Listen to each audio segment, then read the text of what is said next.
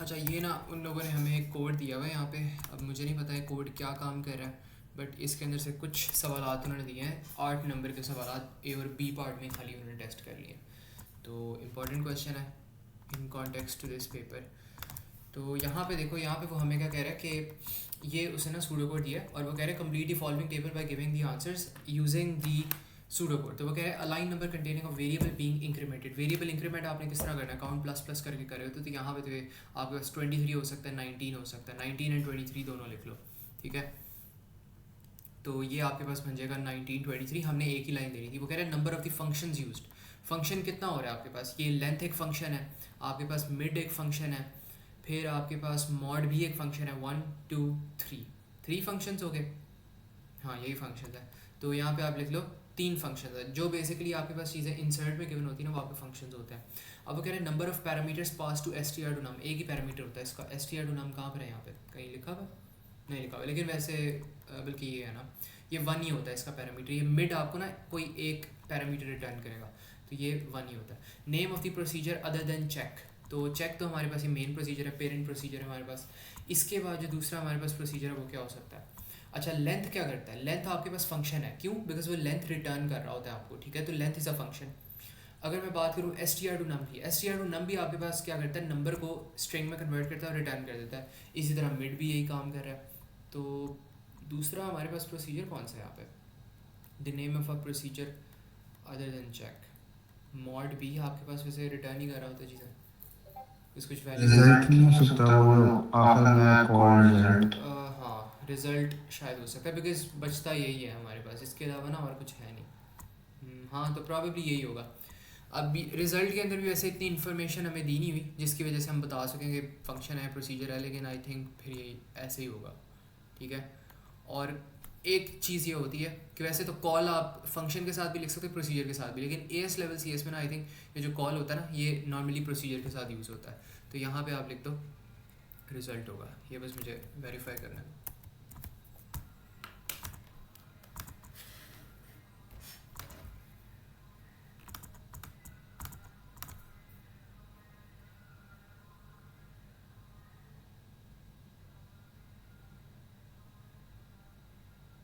ये निहाल पता नहीं कहाँ पे गायब रहता है, ये इसकी जॉब भी है कोई।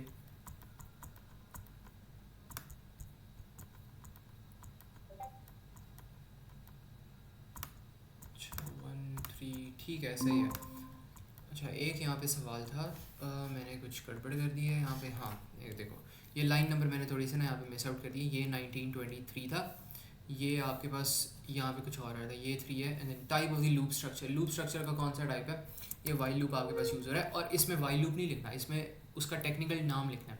टेक्निकल नाम क्या होता है, प्री कंडीशन लूप, ठीक है। हमेशा जब भी आप लूप को रेफर कर रहे हो आपने ये नहीं लिखना है we would use while loop, we would use for loop, we would use this loop. आपने इवन अपनी जो स्ट्रक्चर्ड इंग्लिश है उसमें भी आपने लिखना है फॉर लूप। अगर आप लगा रहे हो तो आप लिखो कि we would apply counter control loop, ठीक है। और आप कह दो अगर वाइल लूप यूज़ करें तो प्री कंडीशन, रिपीट करें तो पोस्ट कंडीशन, ठीक है, ऐसे करना है। बी पार्ट में वगैरह this pseudo code include several features that make it easier to read and understand, identify 3 of the features. ये वो वाले फीचर्स जो आपके कोड को बेहतर बनाते हैं। तो सबसे पहले यहाँ पे कोड देखे बगैर जो इसके अंदर लाजमी होगी वो होती है इंडेंटेशन।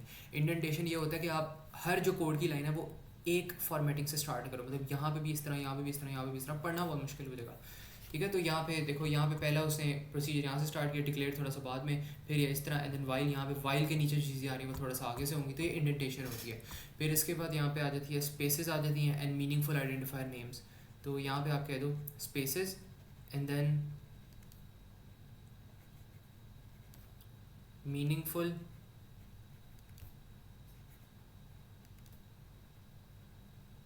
आइडेंटिफायर नेम्स, ठीक है। तो ये चीज़ें हो सकती हैं। इसके अलावा अगर कोई करना चाहो तो आपके पास आप कह सकते हो कि कैपिटलाइजेशन ऑफ कीवर्ड्स हो सकती है, मीनिंगफुल वेरिएबल नेम्स, ठीक है, इस तरह की छोटी छोटी चीज़ें होती हैं, ब्लैंक स्पेस हो गया, ये सारी चीज़ें होंगी, ठीक है। तो ये बेसिक सी चीज़ें हैं, बेसिक सा एक कोड था और 8 मार्क्स उन्होंने यहीं पर टेस्ट कर लिए। आई थिंक ये 2020 के ना थोड़े से आसान पेपर्स भी थे, अब थोड़ा सा ना ज़्यादा मुश्किल हो गए हैं। वो पेपर 2 जो है स्पेशली आपकी थ्योरी बहुत ज़्यादा टेस्ट कर रहे हैं। तो ये देखो अब पूरे के पूरे 8 नंबर उन्होंने इसमें टेस्ट किए थे, ये बहुत आसान था। लेकिन अब क्या करते हैं, अब इस 8 नंबर की जगह कोई आपको एक कोड दे देगा वो, तो इस वजह से बहुत इंपॉर्टेंट है कि जो कोड्स में आप लोग भेज रहे होते हैं उनको अटैम्प्ट किया करो, हो सकता है वैसा ही कोई मिलता जुलता कोड आ जाए, ठीक है।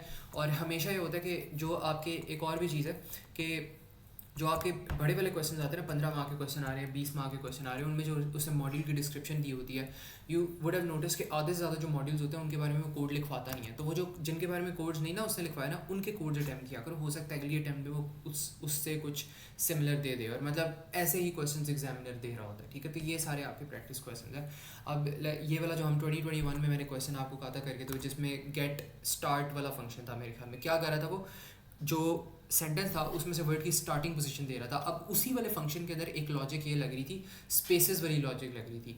तो स्पेसेस से आपको क्या होता है, जब भी आपके पास स्ट्रिंग होती है आप स्पेसेस के काउंट से आप फाइंड आउट कर सकते हैं कि उस स्ट्रिंग के अंदर कितने वर्ड्स एग्जिस्ट कर रहे हैं। और यही वाला जो क्वेश्चन था उसने आगे जाके कुछ मतलब आगे वाले पेपर्स में ना उसने ये लॉजिक टेस्ट की थी। उसने कहा था एक फंक्शन लिखो, वो एक पैरामीटर लेता है स्ट्रिंग, और उसमें से आपने कैलकुलेट करके बताना कि उसके अंदर कितने वर्ड्स एग्जिस्ट कर रहे हैं। तो वहाँ पे एग्जैक्टली वही वाली जो लॉजिक थी ना वो लग रही थी। तो एग्जामिनर करता गया सेम जो चीज़ें होती है ना वो बार बार टेस्ट कर रहा होता है, थोड़ी सी उनके अंदर मॉडिफिकेशंस कर रहा होता है, वर्डिंग को चेंज करता है, पैराग्राफ को चेंज करता है, बच्चे कंफ्यूज हो जाता है, ठीक है। तो इतना मतलब ए लेवल CS मुश्किल नहीं है, जो पैटर्न जिसमें वो चलता हुआ आ रहा है वही पैटर्न ना उसने बार यहाँ पे टेस्ट भी करना है। लाइक अब 2025 में मेरे ख्याल में पेपर आया था, I don't remember well, but उसमें भी कुछ इस तरह ने यूनिक कंडीशन वाली उसने चीज़ लगाई थी। और यूनिक के बारे में 2021 वाले पेपर में हमने देखा था, उसने पूछा होता थ्योरेटिकली कि वो कैसे करेगा। तो जो चीज़ें वो पूछ रहे हैं ना पेपर्स में, जिनके बारे में उसने कोडिंग नहीं भी करवाई, वो आगे जाके उन्हीं के कोड्स बनवा रहा है आप लोगों से। तो ये जो चीज़ें जो थ्योरेटिकली वो पूछ रहा है या जो मॉड्यूल्स उसने नहीं बनवाए उनको ज़रूर अटैम्प्ट करो, हो सकता है मिलती जुलती वैसे कोई लॉजिक आ जाए। अच्छा, अब वो कह रहा है C1 के अंदर the loop structure use in pseudocode is not appropriate, state a more appropriate loop structure and justify your choice. तो यहाँ पे वो कह रहा है वाइल लूप यूज़ किया, यहाँ पे अप्रोप्रिएट क्यों नहीं है, काउंटर कंट्रोल लूप यहाँ पे बेहतर यूज़ हो सकता है। क्यों? बिकॉज हमें लेंथ पता है। जब हमें लेंथ बताओ, जब हमें नंबर बताओ, तब वाइल लूप और रिपीट लूप यूज़ करने की कोई भी तुक नहीं बनती। फ्लैग अगर आपने लगाना हो या अगर आपने कोई इनफाइनाइट टाइम्स चलाना हो किसी कोड को, आपको पता ना हो कब आपने स्टॉप करना है, तब आप वाइल लूप यूज़ करते हो या रिपीट एंटिल यूज़ करते हो। वरना the loop structure that you use is normally counter control loop. तो यहाँ पर आप लिख लो काउंटर कंट्रोल लूप, और यहाँ पे आप रीज़न लिखो number of the repeats is known, ठीक है। ये चीज़ होगी। अब वो कह रहे हैं सेकंड पार्ट के अंदर the appropriate loop structure is now used, 2 lines of pseudo code are change and 2 lines are removed, write the line numbers of the 2 lines that are removed. तो वो कह रहा है appropriate loop structure is remove, 2 lines remove करो। तो एक जो line remove करेंगे वो इंडेक्स रिमूव करेंगे, इंडेक्स ++1 नहीं करना आपने, और ये चीज़ नहीं करनी।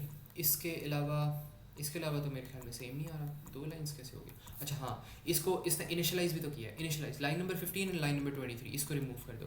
तो यहाँ पे कह रहा है line number 15 and line number 23, यही था ना, लाइन नंबर 15 लाइन नंबर 23, हाँ, इनको रिमूव कर दो। इंडेक्स ++ नहीं करना, नेक्स्ट लूप खुद ही कर रहा था फॉर नेक्स्ट लूप, और इनिशियलाइज करने की बिना कोई खास ज़रूरत नहीं आप लोगों को पड़ती। तो ये बस आप लोगों के पास कोड था, और मेरे ख्याल में इस पर कितने मार्क्स टेस्ट कर लिए उसने, अच्छा खास ही कर लिए, 8 10 11 नंबर उसने यहाँ पे टेस्ट कर लिया। अच्छा, अब एक कोड आ रहा है, इसको देखते हैं हम, फाइल एंडिंग वाला।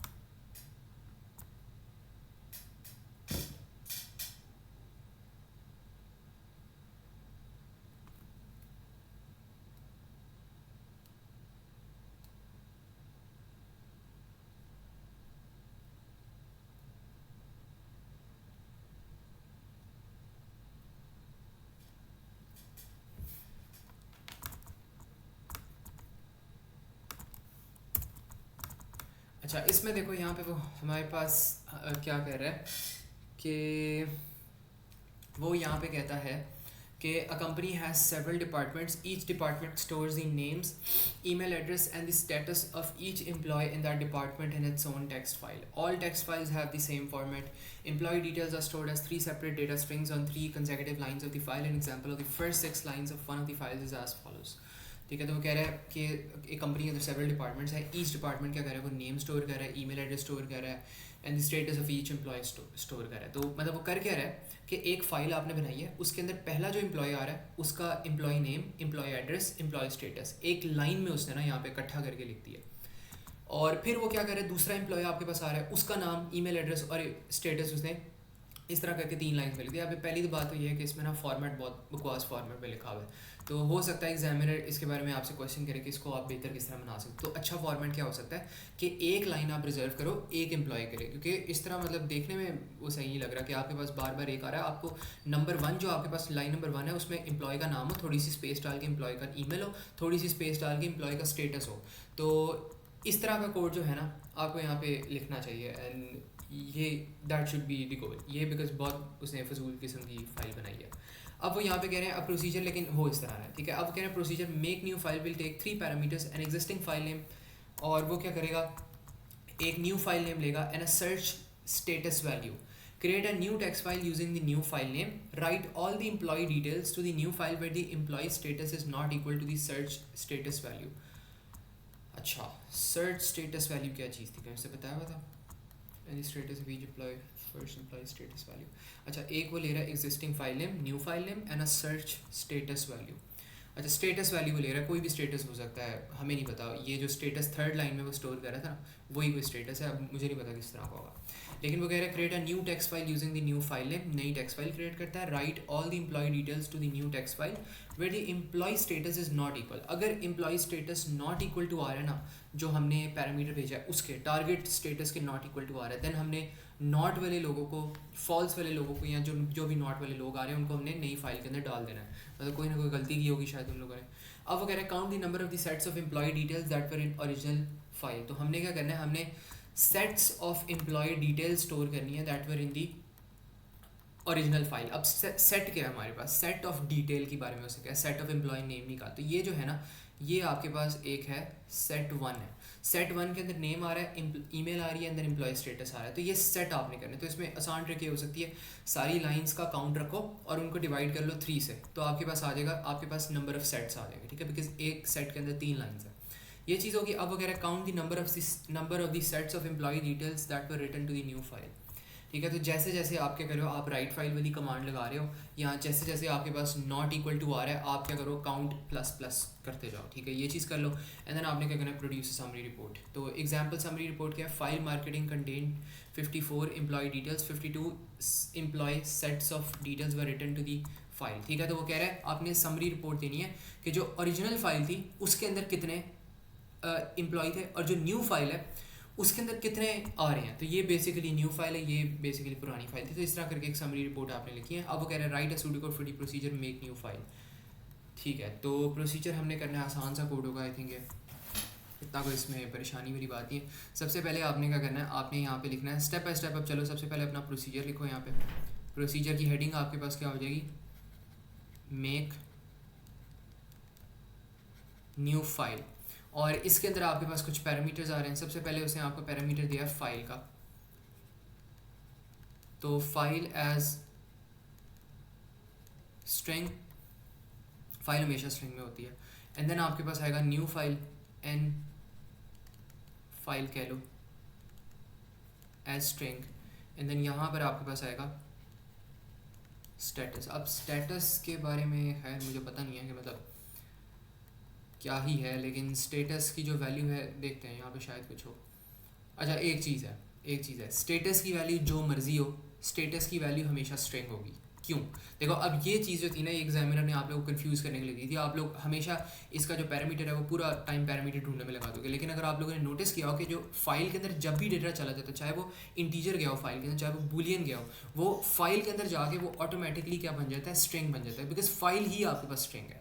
फाइल का और फॉर्मेट होता है, ये फाइल का txt या स्ट्रिंग फॉर्मेट होता है। तो इसका मतलब उसके अंदर नंबर रखवा रहे हो, 1 2 3 4 रखवा रहे हो, पैसा रखवा रहे हो, जो मर्जी रखवा रहे हो, उसने ऑटोमेटिकली स्ट्रिंग हो जाना। तो no matter what you do, ये जो आपका स्टेटस है ना, ये ऑटोमेटिकली किस में कन्वर्ट हो जाएगा, स्ट्रिंग में कन्वर्ट हो जाएगा, ठीक है। जो मर्जी कर लो आप लोग। तो ये चीज़ होगी। तो इस तरह हमारा ये जो मसला है हल हो गया। अब इसके बाद वो क्या कह रहे हैं कि create a new file using the new file name. तो एक हमने फाइल को क्रिएट करना है, एक को हमने रीड करना है। पुरानी फाइल को हमने रीड करना है और जो नई फाइल है उसको हमने उसके अंदर हमने राइट करवाना है, ठीक है। तो यहाँ पे आप कह सकते हो कि सबसे पहले क्या सिंटेक्स होता था, मैं जहन से निकल गया, आई थिंक राइट फाइल करके होता था, राइट फाइल ही करेंगे ना। सबसे पहले हम कर देते हैं रीड फाइल। अगर इसमें सिंटेक्स में मैं गलती कर रहा हूँ तो बता देना मुझे। रीड फाइल में आपके पास आएगा सबसे पहले फाइल, बल्कि फ़ाइल वेरिएबल ऑलरेडी है तो कोटेशन की ज़रूरत नहीं है। अगर वेरिएबल के अंदर ना चीज़ स्टोर होती .txt में होती तो आपको कोटेशन लगानी पड़नी थी। अब आपने क्या है फॉर रीड, ठीक है। तो यहाँ पे आपने क्या कर लिया फॉर रीड, एंड देन इसके बाद आपने क्या करना है write file and file for right. इसको अपेंड भी कर लो, एक ही बात है, ठीक है, कोई मसले वाली बात नहीं। तो यहाँ पे ये कर लो क्योंकि पहली दफ़ा यूज़ करें तो आप इसमें राइट भी कर सकते हो, अपेंड भी कर सकते हो, नो मैटर व्हाट। अगर दूसरी दफ़ा इसके अंदर कुछ लिख रहे तो फिर अपेंड ही करोगे, ठीक है, बिकॉज उस केस में अगर राइट करोगे तो सारा पिछला डेटा जो था ना वो ओवर राइट हो जाएगा। अपेंड यही करता है, अपेंड एडिट के लिए होता है और राइट होता है ओवर राइट के लिए, ठीक है। ये हमेशा से आपकी फाइल को डिलीट करता है और स्क्रैच से राइट करता है, तो ये मसला होता है इसका, लेकिन पहली दफ़ा करें तो इट्स फाइन। अच्छा, इसके बाद वो क्या कह रहा है कि write all the employee to the, अच्छा ये तो बहुत आसान काम है। अच्छा, इसमें आप ना एक फिर लगा लो, यहाँ पे कंडीशन लगा लो और यहाँ पर आप चेक करो कि इफ़, अच्छा एक और मसला आएगा। मसला क्या आएगा कि, बल्कि नहीं मसला आएगा, ठीक है, खैर है, हमने इसका जो स्टेटस है वही हमने स्ट्रिंग दे दिया। अगर इसका स्टेटस कुछ और देते तो फिर मसला होना था, ठीक है। अब यहाँ पे आप लोग लिख लो डायरेक्टली इफ़, बल्कि पहले हमें आई थिंक वो लगाना पड़ेगा। अच्छा, एक यहाँ पे ना मसला हो सकता है कि आपको ये भी नहीं पता कि फ़ाइल के अंदर डेटा कितना आ रहा है, ठीक है। तो आप यहाँ पे लगाओगे while not end of file वाला लूप लगाओगे। फॉर लूप वाला इसलिए नहीं लगाओगे बिकॉज आपको पता नहीं है फाइल की लेंथ कितनी है, तो ये चीज़ होगी। और हमेशा आपने कोशिश करनी है कि जो एंड वाली आपके पास, ये थर्ड वाली आपके पास ये चीज़ आ रही है ना, इसके साथ आपने कंपेरिजन करवाना है। ये अब किस तरह करोगे मैं बताता हूँ। करने का बहुत आसान तरीका है, पहले यहाँ पे बस ना सिंपली एक कोड लगा लो, while not end of file, मतलब जब तक फाइल का एंड नहीं ना हुआ ना चलते रहो। और फिर आपने क्या करना है, आपने यहाँ पे एक लॉजिक लगानी है। आपने यहाँ पे क्या करना है, आपने दो दफ़ा फाइल को रीड करना है। अब दो दफ़ा मैं क्यों फाइल को रीड करवा रहा हूँ, बिकॉज अगर मैं दो दफ़ा करवाऊँगा तो जब मैं तीसरी दफ़ा करवाऊँगा ना फाइल को रीड, वो ऑटोमेटिकली किस पोजीशन पे चला जाएगा, वो थर्ड लाइन पे चला जाएगा। तो दो दफ़ा मैंने फाइल को रीड करवा लिया, रीड फाइल एंड देन इसके अंदर मेरे पास ऊपर कोई लाइन नाम से वेरिएबल होगा, उसके अंदर स्टोर होगा। तो मैं पहले मेरे पास जब मैंने रीड करवाया लाइन के अंदर पहली लाइन आ गई, दूसरी दफ़ा रीड करवाया ओवर राइट होके पहली वाली लाइन उड़ गई और सेकंड वाली लाइन आ गई। फिर मैंने क्या करना है, मैंने दोबारा इसके अंदर रीड फाइल करवा लेना। मैंने सेम चीज़ जो है ना दोबारा से यहाँ पे करवानी है। मैं दोबारा से तीसरी दफ़ा यहाँ पे लिखूँगा रीड फाइल। अब जब तीसरी दफ़ा ये रीड फाइल होगा ना, तब मेरे पास जो लाइन के अंदर डेटा आ रहा होगा ये सब कुछ ओवर राइट हो चुका होगा, और ये सब कुछ ओवर राइट होकर तीसरी जो कॉन्टेंट होगा वो आएगा। मतलब जो तीसरी वाली चीज़ के अंदर मेरे पास क्या था, एम्प्लॉय स्टेटस, एंड देन इसके बाद भी तीसरी वाली में एम्प्लॉय स्टेटस था, तो यहाँ पे एम्प्लॉय स्टेटस आ जाएगा। अब मैं क्या कर सकता हूँ, अब मैं यहाँ पे करूँगा if status equals to line, मतलब लाइन के अंदर जो स्टेटस पड़ा हुआ है तीसरी पॉइंट के अंदर स्टेटस ही था। देन मैंने क्या करना है, देन मैंने जो ये वाला जो एम्प्लॉय, बल्कि नॉट इक्वल टू आएगा यहाँ पे। अगर नॉट इक्वल टू है तो मैंने इसको दूसरी फाइल के अंदर रखवा देना है। तो अगर ये नॉट इक्वल टू है ना, बल्कि एक मिनट, एक यहाँ पे मसला हो सकता है। आप ऐसा करो, इसको लाइन 1 कर लो, इसको लाइन 2 कर लो, इसको लाइन 3 कर लो। अब मैंने ऐसा क्यों किया है, मुझे अभी ये चीज़ हिट हुई है कि आपने क्या करना है, अगर स्टेटस नॉट इक्वल टू है ना, तो आपने सारा का सारा जो इन्फॉर्मेशन है ना जो भी आपके यूज़र की है, वो आपने सारी की सारी इन्फॉर्मेशन दूसरी फाइल में स्टोर करवानी है। लेकिन अगर आप खाली एक वेरिएबल करोगे, जिस तरह मैंने लाइन किया था, वो तो क्या करेगा, पिछले वाला जो डेटा है उसको ओवरराइड करवा देगा। तो आपके पास ये जो पहले इसके पॉइंट से, मतलब एम्प्लॉय का नेम और ईमेल एड्रेस, वो उड़ जाएगा। तो उसको आप कैसे स्टोर करवाओगे नई फाइल के अंदर, तो इसको ना सेपरेट फाइल्स में कर लो और यहाँ पे बस स्टेटस को लाइन 3 के साथ मैच करवा लो। तो अगर ये नॉट इक्वल टू है, देन आपने क्या करना है, आपने राइट फाइल करना है दूसरी फाइल के अंदर। और ये क्या कह रहा है, किस तरह आपने स्टोर करना है, write all the employee details to the new file with employee is not equal to. अच्छा, अब ना इसने मुझे बताया नहीं है कि आपने एम्प्लॉय डिटेल्स किस तरह लिखनी है। अब इसमें डिफरेंट तरीका हो सकता है एम्प्लॉय डिटेल्स लिखने का, ठीक है। मैं इसको जिस तरह ये वाला फॉर्मेट है ना, उसी वाले फॉर्मेट पे भी मैं इसको स्टोर करवा सकता हूँ, लेकिन मैं चाहता हूँ कि मैं आपको थोड़ी सी एक दूसरी भी चीज़ सिखा दूँ कि अगर आपने इस सारे को एक लाइन में कन्वर्ट करवाना, फिर आप इस तरह, वैसे आसान ही चीज़ है, उसमें भी इतना कोई मसला नहीं है, तो वैसे करवा दो। लेकिन अगर क्वेश्चन आ जाए, अगर कोड आ जाए, तो ऑलवेज रिमेंबर, ये बाद में भी अगर ये PDF देखोगे तो ये मत समझना कि मैंने इसके अंदर कुछ एडिशन किया है, क्वेश्चन की कुछ और रिक्वायरमेंट थी। क्वेश्चन ने ओरिजिनल जो आपको फाइल दी थी वो इस तरह थी, पहले ईमेल आ रहा है, फिर ये चीज़ आ रही है, फिर ये चीज़ आ रही है, तो इसी फॉर्मेट में आपने दूसरी फाइल में भी स्टोर करवाना है। मैं वैसे आपको वैसे ही उस तरह करके ना सिखा रहा हूँ कि अगर आपने एक लाइन में स्टोर करवाना है तो किस तरह करोगे, वो भी आसान है, लेकिन it's just for knowledge purpose only. लेकिन अगर यहाँ पे कुछ ना कहा होता कि ऐसे नहीं करना, तो आपने यही वाला ऑर्डर फॉर्मेट करना है। और वो किस तरह लिखते हैं, write file line 1, write file line 2, line 3 and so on. लेकिन फ़िलहाल आप फिर यहाँ पे लिख दो राइट फाइल एंड देन यहाँ पे आएगा न्यू फाइल, और इसके अंदर आप लिख दो लाइन 1 एंड देन यहाँ पे आपके पास आएगी कंकैटिनेशन, इसके अंदर आपके पास आएगी थोड़ी सी आपने स्पेस देनी है, एंड देन आपके पास आएगी लाइन 2 एंड देन आपके पास आएगी स्पेस आएगी, एंड देन दोबारा से आपके पास आएगी लाइन 3, ठीक है। तो इस तरह करके आपने लाइन डायरेक्टली लिखवा देनी, वरना आप write file an file line 1 and then नीचे भी write file an file line 2 and then तीसरे पे लाइन फाइल जो भी है वैसे करके लिखवा सकते हो, ठीक है। तो you can have done that. और एक और चीज़ हमने साथ में क्या करना है, हमने जो भी जितने भी हमारे पास सेट्स आ रहे हैं ना, उनका हमने काउंट भी करना है। तो एक तो हमने उनका काउंट भी रखना है, ठीक है। उसमें मैं बताता हूँ क्या करना है। और क्या वो कह रहे थे, count the number of the sets of employees that were return to the new file. तो इसमें आप ना एक आप काउंट मेंटेन कर लो एन काउंट के नाम से, और एन काउंट के अंदर आपने क्या करना है, आपने एन काउंट +1 करना है, ठीक है। ये चीज़ होगी अगर इफ़ वाली स्टेटमेंट चल रही है तो फिर ही आपने ये चीज़ करनी है। ये चीज़ कर ली, और फिर आपके पास एक और यहाँ पे काउंट होगा जो कि आपके पास होगा पहली फाइल वाला काउंट, कि पहली फाइल के अंदर कितने लोग हैं। तो ये आपके पास होगा सिंपल काउंट। तो इसको आपने हर दफ़ा जब भी लूप चलेगा ना तब तक आपने करना है, जब तक एंड ऑफ फाइल नहीं हो जाती, ठीक है। तो तब तक आपने ये चीज़ करनी है। और बल्कि वो वाली जो मैंने लॉजिक बताई थी ना कि आपने सारों को कैलकुलेट करो, डिवाइड बाई 3 करो, वो भी करने की ज़रूरत नहीं है। क्यों नहीं करने की ज़रूरत, बिकॉज मैं यहाँ पे 3 जो लाइंस है ना, वो मैं एक साथ ही मैं 3 लाइन जो है वो रीड करवा रहा हूँ अपने कोड के अंदर। तो वो जाहिर सी बात है 3 को ही वो एक काउंट कंसिडर कर रहा है, ठीक है। तो इस तरह आप ऐसे कंसिडर कर सकते हो। तो एक ये हो गया एंड वाइल, एंड देन नीचे हमने क्या करनी है, हमने समरी रिपोर्ट जो है ना वो जनरेट करवानी है। Summary report is very easy, वो आप लोग भी अब कर सकते हो। तो यहाँ पे लेकिन चलो मैं लिख देता हूँ कि किस तरह करना है। यहाँ पे आप लिख दो आउटपुट, क्या लिखा हुआ है उसने लिखा हुआ है सबसे पहले फाइल का नाम, वही वाला फॉर्मेट हम फॉलो करते हैं। तो यहाँ पे आप लिखो आउटपुट फाइल, एंड देन आपने क्या करना है, आपने कॉमा डालना है, एंड देन आपने लिखना है कंटेंट, थोड़ा सा स्पेस के बाद ताकि बेहतर लगे।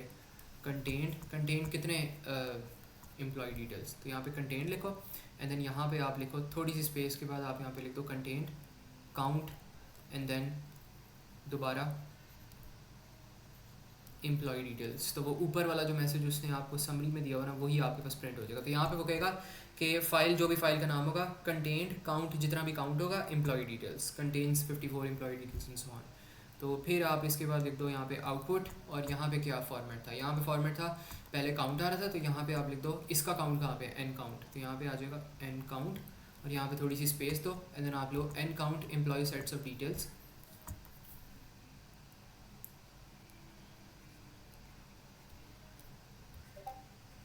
Employ sets of details were return to, जो भी नई फाइल होगी वो यहाँ पे लिख दो, ठीक है। तो इस तरह करके कोड होना है। तो ये मुझे बताओ, इसमें किसी को कोई चीज़ ना समझ आई हो या कोई कन्फ्यूजन हो तो बताओ। Is it clear to everyone? Mustafa, Haseeb Alina, 7 mark का ये सवाल था।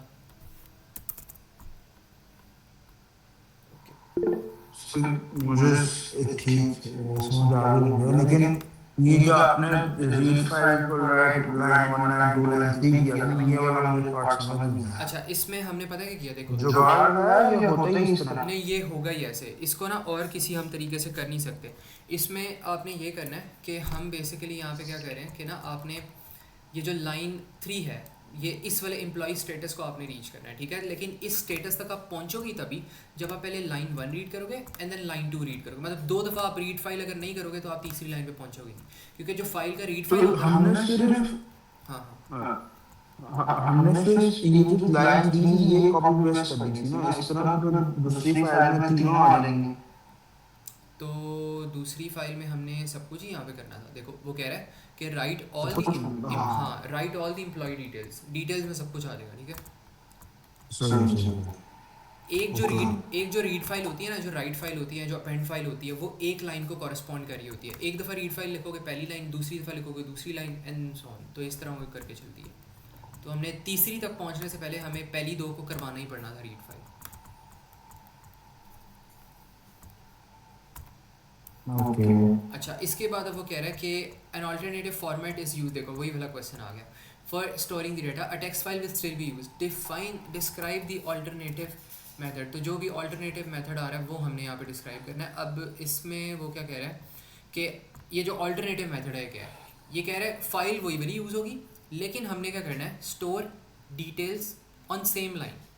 ये मैं बात कर रहा था कि बहुत ही ना उसने फजूल तरीके से स्टोर करवाया था, store details on same line.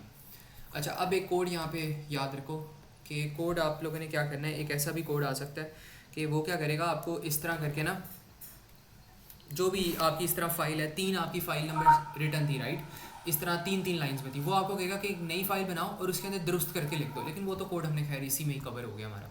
अगर आप इस तरह करके लिख दो तो वो आपका पूरा हो जाएगा। वो आपको एक फाइल देगा जिसके अंदर ऐसा डेटा लिखा है, वो कहेगा नई फाइल के अंदर इसको ना सही करके लिख दो, तो आपने ऐसे करके उसको सही करके लिखना है, ठीक है। तो इस तरह के भी कोड्स वो आपसे चेक कर सकते हैं। मैंने ऐसी ओवर एफिशिएंसी मारी थी, क्वेश्चन में कोई इसकी रिक्वायरमेंट नहीं थी।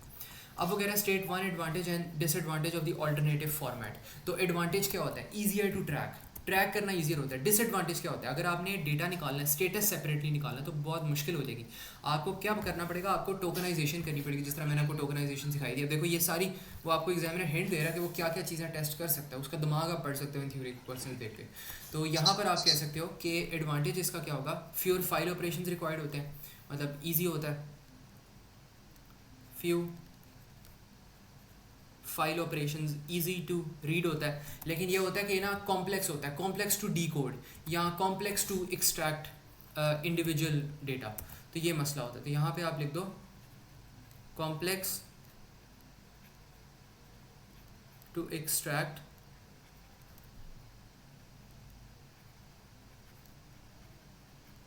Individual data. तो एक्सट्रैक्ट करना बहुत मुश्किल हो जाएगा। आप एक और कोड सुनो, इसमें क्या करना है, आपने टोकनाइजेशन करनी है, आपको एक स्ट्रिंग दी जाएगी, आपको एक फाइल दी जा रही है, ठीक है। आपने क्या करना है, फाइल को आपने अब रिवर्स करना है। आपके पास एक लाइन में सब कुछ लिखा हुआ है and it's separated by a space. आपने क्या करना है, उसको वर्ड्स में कन्वर्ट करना है और उसको जिस तरह ये वाला फॉर्मेट है ना, आपने उसमें कन्वर्ट कर देना। तो बेसिकली आपने क्या करना है, आपने इसका रिवर्स कोड लिखना है। तो समझ आइए कोड की करना क्या है। अब इन कोड्स को गौर से सुना करो, लॉजिक के बारे में बेशक अगर नहीं भी अटैम्प्ट करें ना, तो सोचा करो इनके बारे में, and if you sure enough के हो जाएगा तो कोई मसला नहीं है, लेकिन इफ़ यू नॉट श्योर के मसला कर दोगे तो फिर अटैम्प्ट करो। तो रिवर्स कोड मैंने यहाँ पे बताया कि क्या करना है, आपको वो फाइल दे देगा जिसके अंदर एक एक लाइन के अंदर सारी इंप्लॉय की डिटेल्स होंगी। आपने क्या करना है, लाइन को बारी बारी पकड़ना है, उसको टोकनाइज करना है, स्पेसेस की बेसिस पे आपने वर्ड्स को एक्सट्रैक्ट करवाना है इंडिविजुअली, और उनको फिर आपने नई फाइल के अंदर इस तरह करके 3 वाले सेट्स में आपने करना है। तो इस तरह का भी क्वेश्चन हो सकता है, आपको दे दे, बड़ा इसमें अच्छा सा क्वेश्चन बन सकता है। तो ये चीज़ होगी। इसके बाद वो हमें क्या कह रहा है, ये वाला कोड वैसे मैंने ना करवाया हुआ था आप लोगों को, तो ये शायद मैंने करवाया था, शायद इसकी ना वीडियो पड़ी हुई थी, तो इसलिए मैं चाह रहा हूँ कि ये वाला हम स्किप कर दें। ये करने की ज़रूरत है दोबारा कि नहीं, मुझे बताओ, क्योंकि आई थिंक ये वाला किया हुआ था हमने।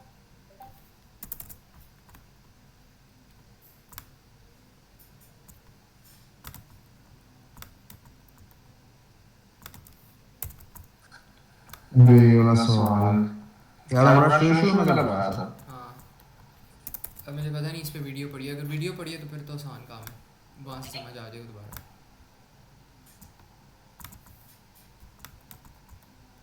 लेकिन आई एम नॉट श्योर।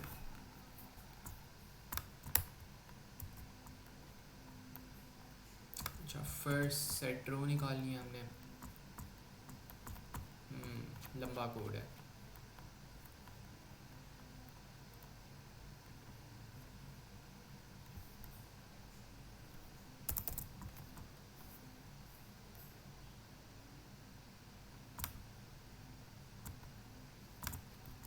अच्छा, 1 मिनट दो मुझे ना, बस चेक करने दो कि अगर वीडियो है इसकी तो फिर नहीं मैं करवा रहा, वरना मैं करवा रहा।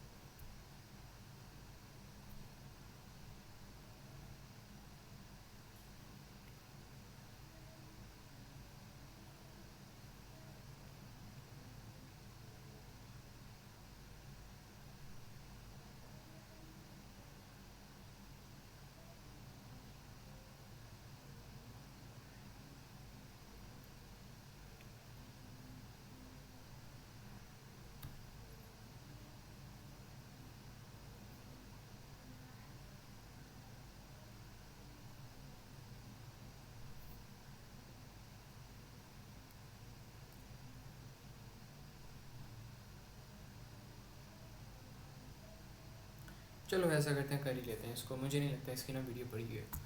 अच्छा, इसमें देखते हैं कि हमारे पास वो क्या कह रहा है। ये ना आपके पास एक स्क्रीन है, a mobile has a touch screen. The screen is represented by grid divided into 800 rows and 1280 columns. 2D array है ग्रिड का, और वो कह रहा है करता क्या है कोड कि ना जहाँ पर भी यूज़र टच करता है ना उसके सराउंडिंग पार्ट्स में वो क्या करता है, सराउंडिंग पार्ट्स में ना वो उनको शेड कर देता है। तो जो आपके पास शेडेड है वो आपके पास उसने उस वाले एलिमेंट को आपने 1 पे सेट कर देना, मतलब जहाँ पर आपने टच किया है वो उस एलिमेंट को सेट कर देगा 1 के साथ, और जो नहीं टच किया है वो उस पर वो ज़ाहिर सी बात है 0 को शो करेगा। ठीक है, ये चीज़ हो रही है। और इसके बाद वो क्या कह रहा है, अब वो कह रहा है एक प्रोग्राम हमने लिखना है जो कि क्या करेगा, सेंटर कोऑर्डिनेट्स फाइंड करेगा सेंटर पॉइंट के, मतलब टच के सेंटर पॉइंट्स के। The centre point on the diagram is row 6 column 1, user may only touch one area at a time, screen rotation does not affect the touch screen. वो कह रहा है एक global variables है centre row centre column. ठीक है, और यहाँ पे मॉड्यूल्स को डिस्क्राइब किया। वो कह रहा है फर्स्ट रो सेट के लिए हमने कोड लिखना है, देखते हैं इसको। तो इसमें वो क्या कह रहा है, वो कह रहा है वो क्या करेगा, सर्च करेगा for the first row that has an array element set to 1। तो वो पहली ऐसी रो सर्च करेगा जहाँ पर हमारा जो एलिमेंट है ना वो है सेट हुआ है 1 पे सेट हुआ है, और वो क्या करेगा इसके साथ रिटर्न करेगा, return the index of that row, और -1 रिटर्न कर देगा if there are no element set to 1। तो इट विल रिटर्न -1 अगर कोई भी एलिमेंट्स नहीं होंगे 1 पे, और वरना वो क्या करेगा, वरना वो हमारे पास ना इंडेक्स जो होगा वो रिटर्न कर देगा उसका। तो this is what we need to do. और इसमें से हम ये कर सकते हैं कि अच्छा, इसकी लॉजिक ये हो सकती है कि आपके पास 2D एरे ना, उसको रो 1 से स्टार्ट करवाते जाओ। जैसे ही आपके पास यहाँ पे पहली रो आ जाए जहाँ पे आपके पास 1 आ रहा है, आपने क्या करना है उसको प्रिंट करवा देना है। तो रो वाइज अगर हम देखें तो हमारे पास ये वाली रो, ये वाली रो, ये वाली रो, ठीक है। और अच्छा, इसमें इतना आसान तो नहीं हो सकता, कोई और भी चीज़ होनी चाहिए। हम ट्रेवर्स किस तरह करेंगे भला एरे को, अगर हम यहाँ पर जाते हैं, एक मिनट, कोई उसने एग्जांपल भी नहीं दी। Returns the index of that row, 1 is the first row. अच्छा एक minute, searches for the first row that has an array element. अच्छा ठीक है, इसमें ना हमने एरे के अंदर हॉरिजॉन्टली ट्रैवर्स करना है। हॉरिजॉन्टली ट्रैवर्स किस तरह करते हैं, पहले एक्स एक्सिस फॉर एक्स वाला लूप लगाओ, फिर फॉर वाई। तो ऐसे ऐसे ट्रैवल करो, इसमें कोई जैसे ही लूप आ जाए आप फर्स्ट रो रिटर्न कर दो, सेकंड ट्रैवल करो, नहीं आया नहीं रिटर्न करना, थर्ड ट्रैवल करो, यहाँ पर आ गया रो रिटर्न कर दो 3 रो, और आपके पास क्वेश्चन डन है। तो ये तो बहुत आसान कोड है, ठीक है। तो इसमें हमने क्या करना है, फर्स्ट रो सेट आपके पास रिटर्न कर रहा है, तो यहाँ पे फंक्शन आपके पास बन जाएगा। तो यहाँ पर आप लिख लो फंक्शन, एंड देन ये होगा आपके पास फर्स्ट रो सेट। और फर्स्ट रो सेट में हमने क्या करना है, फर्स्ट रो सेट में वो करेगा searches for the first row, और कोई पैरामीटर तो नहीं ले रहा है भाई। तो ये हो गया, एंड देन यहाँ पे कर दो रिटर्न्स इंटीजर। क्या चीज़ रिटर्न कर रहा है, इंट रिटर्न कर रहा है, तो इंट रिटर्न्स इंटीजर। तो इंटीजर ये रिटर्न कर रहा है, और इसमें हमने क्या कहना है, हमने फॉर लूप लगाना है। तो यहाँ पर हम लगाते हैं for loop for x equals to 1 2, कितने कॉलम्स आ रहे हैं यहाँ पे, 11 कॉलम्स हैं। 2D array of 800 rows 1280 columns, 800 rows हैं, तो यहाँ पे 800 रोज़ आएगा। एंड देन हमारे पास दूसरा फॉर लूप आएगा for y equals to 1 2 1280। And then हमने क्या करना है, हमने चेक करना है कंडीशन को कि 1 आ रहा है कि नहीं। तो यहाँ पे स्क्रीन था इस 2D एरे का नाम, तो यहाँ पे आ जाएगा x y, and then if x equals to 1, then हमने क्या करना है, हमने रिटर्न कर देनी है वो स्पेसिफिक रो नंबर। देन हमने रिटर्न कर देना जो भी करंट रो चल रही है, मतलब करंट x की वैल्यू, तो वो रिटर्न कर देनी हमने। एंड देन यहाँ पर आएगा एंड इफ़, और यहाँ पर आ जाएगा नेक्स्ट y, एंड देन यहाँ पर आ जाएगा नेक्स्ट x, ठीक है। ये चीज़ होगी। और इसके बाद हमने क्या करना है, हमने एंड पे अगर यहाँ पर हमारे पास रिटर्न नहीं हुआ तो आपका जो कोड है वो सक्सेसफुल हाँ रो सर्च कर रहा है, लेकिन जिस रो में मिलेगा उसका नंबर हमने रिटर्न करना है, हमने पूरी एरे सर्च करनी है, ठीक है। हम मसला ये है कि अगर हम y पे नहीं ना चलेंगे, नहीं तो एरे को ट्रैवल करने का तरीका है, अगर एरे के अंदर x y नहीं लगा रहे 2D एरे के अंदर, तो एरे के अंदर चल ही नहीं पाएंगे। हमने एरे के अंदर भी चलना है ना। हम पता है क्या कर रहे हैं, हम यहाँ पे चलते हैं, पहले हम यहाँ पे होते हैं लेट सपोज, फिर यहाँ पे, फिर यहाँ पे, फिर यहाँ पे, फिर यहाँ पे, ऐसे हम चलते किस वजह से हैं? अगर हमारे पास एक्स वाई दोनों है फिर ही हम इस 2D कोऑर्डिनेट में मूव कर पाएंगे। तो इसी तरह फिर आप यहाँ पे मूव करोगे, यहाँ पे, अच्छा। यहाँ पे, यहाँ पे, यहाँ पे, यहाँ पे, यहाँ पे, एंड देन जैसे ही यहाँ पे ये आ गया, आपने ये जो थर्ड रो आ रही है वो आपने एक्स की वैल्यू रिटर्न कर देनी, ठीक है? कि सबसे पहले डार्क जो सर्कल है वो थर्ड रो में आया, ठीक है? ऐसे करना है। और अगर आपके पास यहाँ पे रिटर्न एक्स ना हुआ तो इसका मतलब है आपका कोड सक्सेसफुली नीचे आ जाएगा, और अगर आपका कोड सक्सेसफुली नीचे आ गया इसका मतलब ये वाला बेचारा कोड चला ही नहीं था कभी। तो अगर ये नहीं चला तो यहाँ पे रिटर्न -1 कर दो बस, और ऊपर आपके पास यहाँ पे फिर आपके पास आ जाएगा एंड फंक्शन, ठीक है? तो दिस वाज खुद हो गया बस। अच्छा ये चीज़ होगी। इसके रिटर्न एक्स हमने इसलिए किया बिकॉज वो कह रहा था कि जो रो नंबर हमारे पास है ना वो हमने रिटर्न करनी है, तो रो नंबर हमने एक्स की वैल्यू रिटर्न कर दी। जैसे ही हमारे पास 1 आया, जहाँ पे वो 1 लोकेटेड है उसके कॉरस्पॉन्डिंग जो भी हमारे पास रो आ रही थी उसको हमने रिटर्न कर दिया। वो कह रहा है पहली रो रिटर्न करो जहाँ पे आपका जो शेडेड पार्ट आ रहा है, जहाँ पे मतलब आपका 1 आ रहा है, ठीक है? अब वो कह रहे हैं describe the feature of your solution to part A that indicates the pseudocode represents an efficient algorithm. तो एफिशिएंट एल्गोरिथम क्या होगा? क्या हमारा कोड एफिशिएंट है? एफिशिएंट ज़रूर है। देखो एफिशिएंट किस लिए है? क्योंकि जैसे ही आपके पास यहाँ पे 1 मिलता है ना वो रिटर्न एक्स कर देता है और वो स्टॉप कर देता है, तो वो वापस आ जाता है। आप इसको ऐसे भी कर सकते थे, आप इसको पहले एक इंडेक्स के अंदर सेव करवाते एंड देन फिर बाद में उसको रिटर्न कर देते। नो, दैट्स इनकरेक्ट और वो गलत आंसर देगा। तो यहाँ पे आप कहते हैं कि code terminates as soon as the first row found.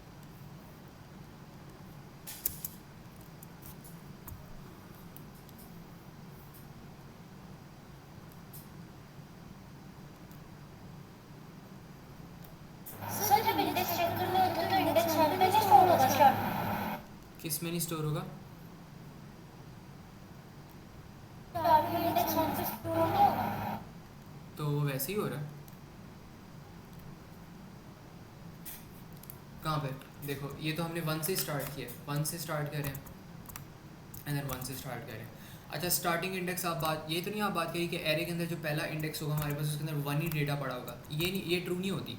Array आपका एम्प्टी भी हो सकता है, एरे आपका गार्बेज भी हो सकता है अगर इनिशियलाइज ना करवा, एरे आपका नेगेटिव भी हो सकता है, कुछ भी हो सकता है। काउंट भी इनिशियलाइज 1 से करवाते हैं तो इंडेक्स नहीं करवाते। नहीं, इंडेक्स को हम नहीं करवाएंगे। हम एरे के अंदर, ये जो एरे है ना हमारा, इसके अंदर उसने कोड के अंदर बताया कि जो डार्क वाली एरियाज़ है वहाँ पे 1 है और जो अनयूज्ड है जहाँ पे कुछ भी नहीं है वो 0 है। तो यहाँ पे 0 पड़ा होगा, ठीक है? बाकी सारे एलिमेंट पे 0 पड़ा है, डार्क वाले एलिमेंट में 1 पड़ा हुआ है इस कोड के हिसाब से, उसने बताया हुआ है ऊपर, ठीक है? ये चीज़ होगी। अब वो कह रहे थे programmer decides to produce a single search module find set which will be able to perform each of the individual searches performed by the first 4 modules in the table, outline the changes needed to convert one of the existing modules into this single module। तो वो कह रहा है एक जो programmer है वो decide करता है कि उसने एक ना सिंगल सर्च मॉड्यूल बनाना है जिसका नाम है फाइंड सेट। और फाइंड सेट क्या करेगा? फाइंड सेट ये सारे काम करेगा जो 4 मॉड्यूल्स ऊपर कर रहे हैं। तो वो कह रहा है कोई इसमें से एक मॉड्यूल पकड़ो और उसको ऐसे मॉडिफाई करेगा तो सारा का सारा काम करे। तो यहाँ पे फर्स्ट रो सेट क्या कर रहा है? पहली रो कैलकुलेट कर रहा है जहाँ पे 1 आ रहा है। लास्ट रो सेट क्या कर रहा है? Searches for the last row that has element set to 1। First column set searches for the first column that has an array element set to 1.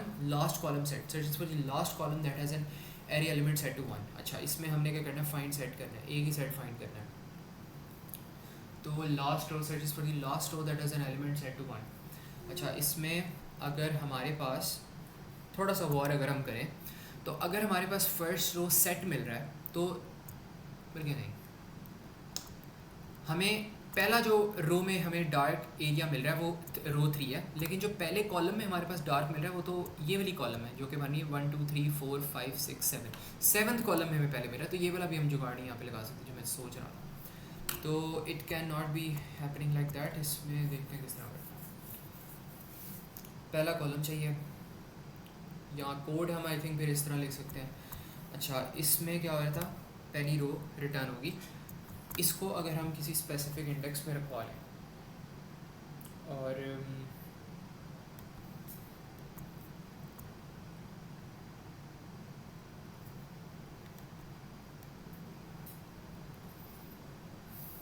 क्या हो सकता है बताओ?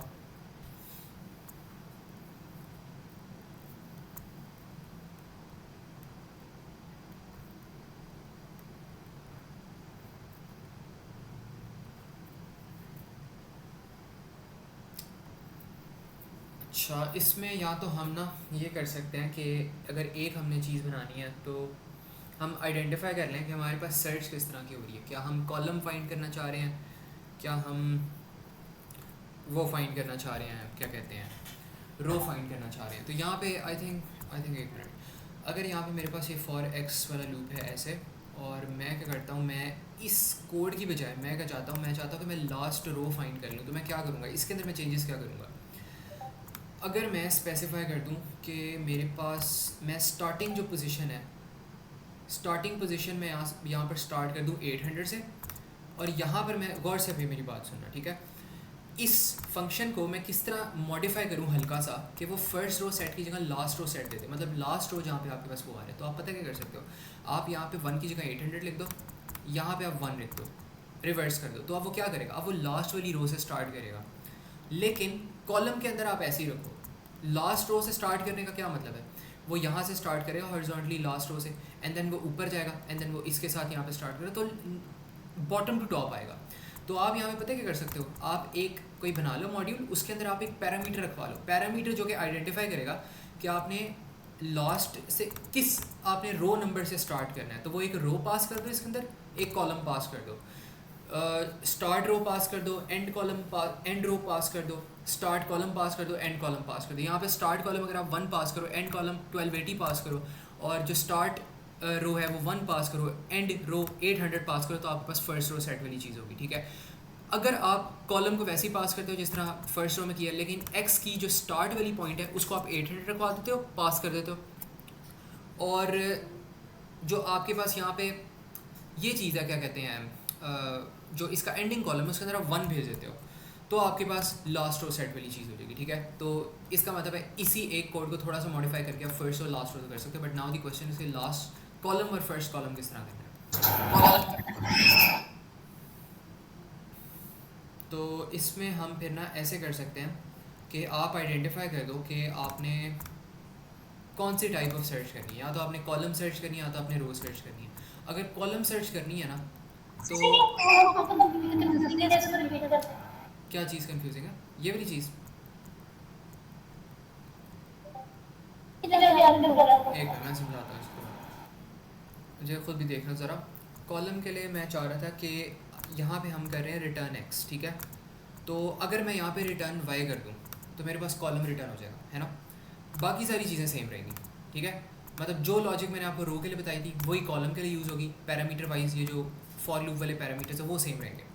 बस फ़र्क यहाँ पे इतना आएगा कि आपके पास, मैं चेक करूँगा कि if let's suppose input equals to C, मतलब कॉलम, देन आपने रिटर्न वाई करना है, वरना आपने रिटर्न एक्स करना है, वरना आपने दोनों के लिए रिटर्न -1 कर देना है, ठीक है। ऐसी चीज़, ऐसा कोड मैं लिख सकता हूँ। तो यहाँ पे क्या करना है, मैंने इसका कोड थोड़ा सा बेसिक सा मैं कोड लिखवाता हूँ कि यहाँ पे आप लोग कर किस तरह सकते हो, ठीक है। अब इसमें आपने लिखना है, यहाँ पे आपके पास है कोड, और इसमें आपने क्या करना है, आपने यहाँ पे पास करनी है start column, start row, and then आपने पास करना है एंड कॉलम, ये भी एक कोड आ सकता है, एंड देन एंड रो। इसका मैं टेम्पलेट लिखवा देता हूँ, डिस्क्रिप्शन आपने खुद लिखनी है। एंड कॉलम, एंड देन आपने क्या करना है, आपने टाइप आइडेंटिफाई करनी है। टाइप में आप पता क्या करो, टाइप में मैं रखवा देता हूँ, यहाँ तो आप इसको टाइप को स्ट्रिंग कर दो, मैं इसमें कहता हूँ फॉर सिंप्लिसिटी कि जो मर्जी कर सकते हो आप, ठीक है, आपकी मर्जी है। चलो टाइप को ऐसा करो, स्ट्रिंग ही कर दो, ये स्ट्रिंग है आपके पास। मैंने देखो ये मैंने गलत चीज़ें लिखी हैं because this is a template, ठीक है। तो इसको, इससे परेशान ना होना, इसको देखे, ये बिल्कुल मैंने एक टेम्पलेट लिखा है, ये असल एक्चुअल कोड नहीं है, ठीक है। ये बस आपको हेल्प करेगा लिखने में, बस अगर ये टेम्पलेट लिख लो तो आप एक पूरा कोड लिख सकोगे, इतना ही बिलीव इन यू गाइस, ठीक है। तो यहाँ पे आपने क्या करना है, आपने फॉर लूप लगाना है, और फॉर एक्स लूप आएगा, ये एज इट इज़ आएगा, and then for Y loop आएगा, और यहाँ पे आ जाएगा 2, यहाँ पे आ जाएगा 2, और यहाँ पे आपने क्या करना है, आपने यहाँ पे लिख देना है स्टार्ट आर, एंड देन यहाँ पे आपने लिखना है एंड आर, और यहाँ पे आपने क्या लिखना है, आपने लिखना है स्टार्ट सी टू एंड सी। कर दिया ये चीज़, एंड देन आपने क्या करना है, आपने वही कंपैरिजन्स करने हैं। आपने यहाँ पे कंपैरिजन्स करने हैं, if screen X Y equals to 1, then आपने क्या करना है, देन आपने एक और इफ़ लगानी है। आपने चेक करना है इफ़ टाइप, अगर तो टाइप आपके पास आ रही है आर के इक्वल्स टू आ रही है, और यहाँ पे इसको आप टाइप के अंदर यूज़र क्योंकि आपका भुलक्कड़ है तो इसमें आप ना ये भी चीज़ आइडेंटिफाई कर लो कि आप यहाँ पे कर लो इसको, इसके ऊपर आप वैलिडेशन भी कर लो थोड़ी बहुत। यहाँ पे आप लगा दो यू केस लगा दो ताकि अगर वो स्मॉल में भी करता है तो वो अपर केस वाला एक्सेप्ट कर लेगा, ठीक है। ये चीज़ कर लो। अब इसमें एक और भी वैसे अगर मैं सोचने के तो आऊँ तो एक और भी इसमें मसला हो सकता है, वो ये हो सकता है कि हो सकता है वो आर और सी की जगह यूज़र कुछ और भेज दे, तो उस केस में आपने उसको भेजने के मतलब टाइप इनकरेक्ट है, तो वो भी बल्कि मैं आप लोगों को करवा देता हूँ यहाँ पे सारे केसेस कर देता हूँ। तो यहाँ पे अगर आर आ रहा है तो फिर आपने क्या करना है, आपने रिटर्न कर देना है रिटर्न जो भी, अगर रो है तो आपने रो रिटर्न करनी है, वरना आपने क्या करना है एल्स इफ। अच्छा इसमें मैं अब एल केस लगा के दिखाता हूँ आप लोगों के एल केस किस केस में होता है। तो अगर एल दोनों मैंने टाइप्स करवा दी ताकि आपको पता हो कैसे करना है, तो यहाँ पे लिख दो एल केस। लेकिन एल केस तभी होगा जब आपके पास जो कॉरस्पॉन्डिंग यहाँ पे चीज़ आ रही है ना वो भी आपके पास स्मॉल में है, तो वो मतलब यहाँ पे कैपिटल भी करेगा तो इसको स्मॉल कन्वर्ट करेगा एंड देन स्मॉल के साथ कंपेयर करेगा। तो यहाँ पे अगर कैपिटल सी है तो यहाँ पे अपर केस है, लेकिन मैंने यहाँ पे स्मॉल सी लिखा है तो यहाँ पे इस तरह कर, तो मैं दोनों टाइप सिखा दी। तो यहाँ पर आपके पास आ जाएगा रिटर्न वाइस केस में। एल्स आपने क्या करना है, अगर यूज़र आपका बहुत ही पागल इंसान है जिसने आर और सी की जगह कुछ और भेज दिया, तो फिर आपने क्या करना है, आपने यहाँ पे कह देना कि भाई भाग जाओ, आपकी कोई भी यहाँ पे ना डेटा नहीं आएगा, रिटर्न -1। उसको कहो इस टाइप की वो कैलकुलेशन पे आपकी कोई रो एग्जिस्ट ही नहीं करती, और कोड को परेशान करने की बजाय यूज़र को आप रिटर्न कर दो जो उसने मांगा। तो ये चीज़ कर दी। एंड देन यहाँ पर आपने क्या करना है, अच्छा बल्कि एक मिनट नहीं बल्कि सही है ठीक है। एंड देन यहाँ पे कर दो रिटर्न -1। यहाँ पे रिटर्न -1 लगाने की ज़रूरत पड़ेगी हमें इसके बाद, पड़ सकती है। अगर आपके पास 1 आ ही नहीं रहा, अगर ज़ीरो की बेसिस पे एग्जिट हो रहा है तो फिर आ सकता है, मतलब कोई चीज़ है ही नहीं। एक तो आपने यूज़र की कमी बेशी पे भेज दिया ना कि -1 के यूज़र ही पागल है आपका, और दूसरा आपने -1 तब भेजा है जब आपका एग्जिस्ट ही नहीं कर रहा, यूज़र सही है लेकिन कोई चीज़ 1 एग्जिस्ट ही नहीं करी, तो ये आपका कोड हो जाएगा। अब इससे आप लोग एक कोड लिख लोगे, डेफिनेटली लिख लोगे, आराम सुकून से लिखोगे। तो ये चीज़ हमने यहाँ पे करनी थी, और ये समझ आए कोड को इस तरह हमने करना कि अब ये जो कोड है ना इससे आप सब कुछ कर सकते हो। आप क्या करोगे, अगर आपने फर्स्ट रो फाइंड आउट करनी है ना आपने, जिसके अंदर 1 आ रहा है, तो आप स्टार्टिंग कॉलम के अंदर 1 भेजो, इसके अंदर आप भेजो एंड कॉलम के अंदर 1280 भेजो, स्टार्टिंग रो के अंदर 1 भेजो, 1 से स्टार्ट कर बिकॉज पहली रो चाहिए, और एंडिंग रो के अंदर 800 भेजो, ये कर दो। और आर के अंदर आपके भेजोगे, टाइप के अंदर आप भेजोगे रो, बिकॉज आपने रो रिटर्न करनी है, तो ये वाली जो वाई वाली कंडीशन वो चलेगी नहीं। अगर आपने लास्ट रो चेक करनी है तो स्टार्ट कॉलम और एंड कॉलम तो वही रहेगा, टाइप भी वही रहेगी, लेकिन स्टार्ट आर जो है वो आपने 800 से स्टार्ट करना है, इसको रिवर्स करना है, एंड देन एंड आर के अंदर 1 करना है। इसी तरह अगर स्टार्ट कॉलम वाली चीज़ चेक करनी है तो टाइप को सी कर दो, and then column first column हम चेक करें तो ये 1 होगा start column, and then end column कहाँ पे है, एंड कॉलम आपके पास होगा 1280 में, हमने 1280 दिया, एंड देन स्टार्ट आर भी 1 होगा, एंड देन एंड आर भी 800 होगा, ठीक है। और अगर आपने लास्ट कॉलम करना है तो टाइप सी रहेगा, एंड देन बस आपने स्टार्ट कॉलम में फ़र्क करना है, स्टार्ट कॉलम में 1280 आ जाएगा, एंड कॉलम में 1 आ जाएगा, एंड देन स्टार्ट आर और एंड आर वो 1 to 800 ही होंगे, ठीक है। तो इस तरह करके आपने करना है, हर टाइप के लिए चलेगा, पूरे जो ऊपर मॉड्यूल्स लिखे हैं इन सब के लिए चलेगा। बस आपने तो ये बेसिकली होता है फ़ायदा पैरामीटर्स का। अगर आप लोग पूछते रहो सर पैरामीटर्स हमने क्यों यूज़ करने हैं, तो this is the benefit of parameters. Parameter से आपका जो कोड होता है वो आसान हो जाता है, डिफरेंट तरीके के कोड्स कर सकते हैं, आपका कोड स्टैटिक नहीं रहता, डायनामिक हो जाता है, ठीक है। इस तरह का सवाल है जो वो भी आप आंसर कर सकते हो। तो ये बताओ इसमें कोई प्रॉब्लम है किसी को? सर तो पहले इस कोड में लेंथ नहीं लिखी उसकी, किसकी लेंथ? ये कोड की स्टार्ट में इस कोड में मैंने लेंथ नहीं भेजी, इसके अंदर देखो ये तो यूज़र पे डिपेंड करता है ना, यूज़र कुछ भी भेजे। देखो हमने पुराने जो कोड किए थे उसमें भी हमने कभी ऐसा थोड़ी ना किया कि पैरामीटर्स के अंदर हमने लेंथ भेजी। यहाँ पे भी देखो फाइल जा रहा है, एंड फाइल जा रहा है, स्टेटस जा रहा है, इसका मतलब ही ये है कि पीछे से यूज़र इसके अंदर जो भी भेजेगा कुछ भी आ जाएगा।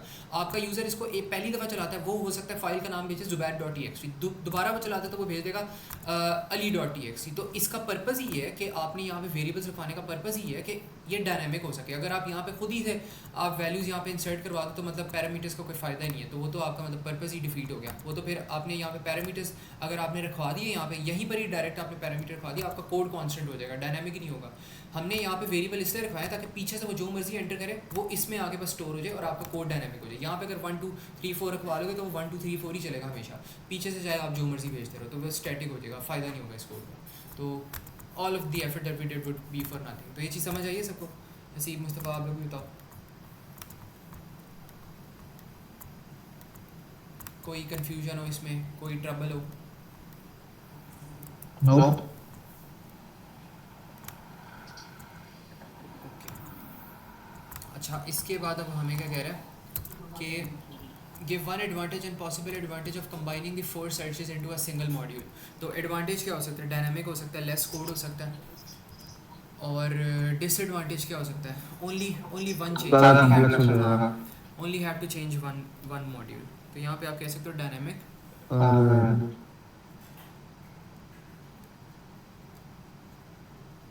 ओनली हैव टू चेंज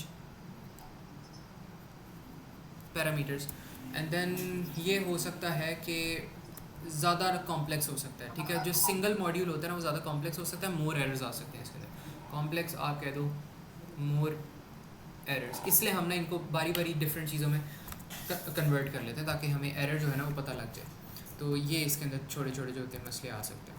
अच्छा ये चीज़ हो गया। अब यहाँ पे एक लास्ट कोड आ रहा है, इसको देखते हैं। मैं थोड़ी सी क्लास आप एक्सटेंड कर दूँगा, फिर हम क्यूरीज वगैरह देख लेंगे।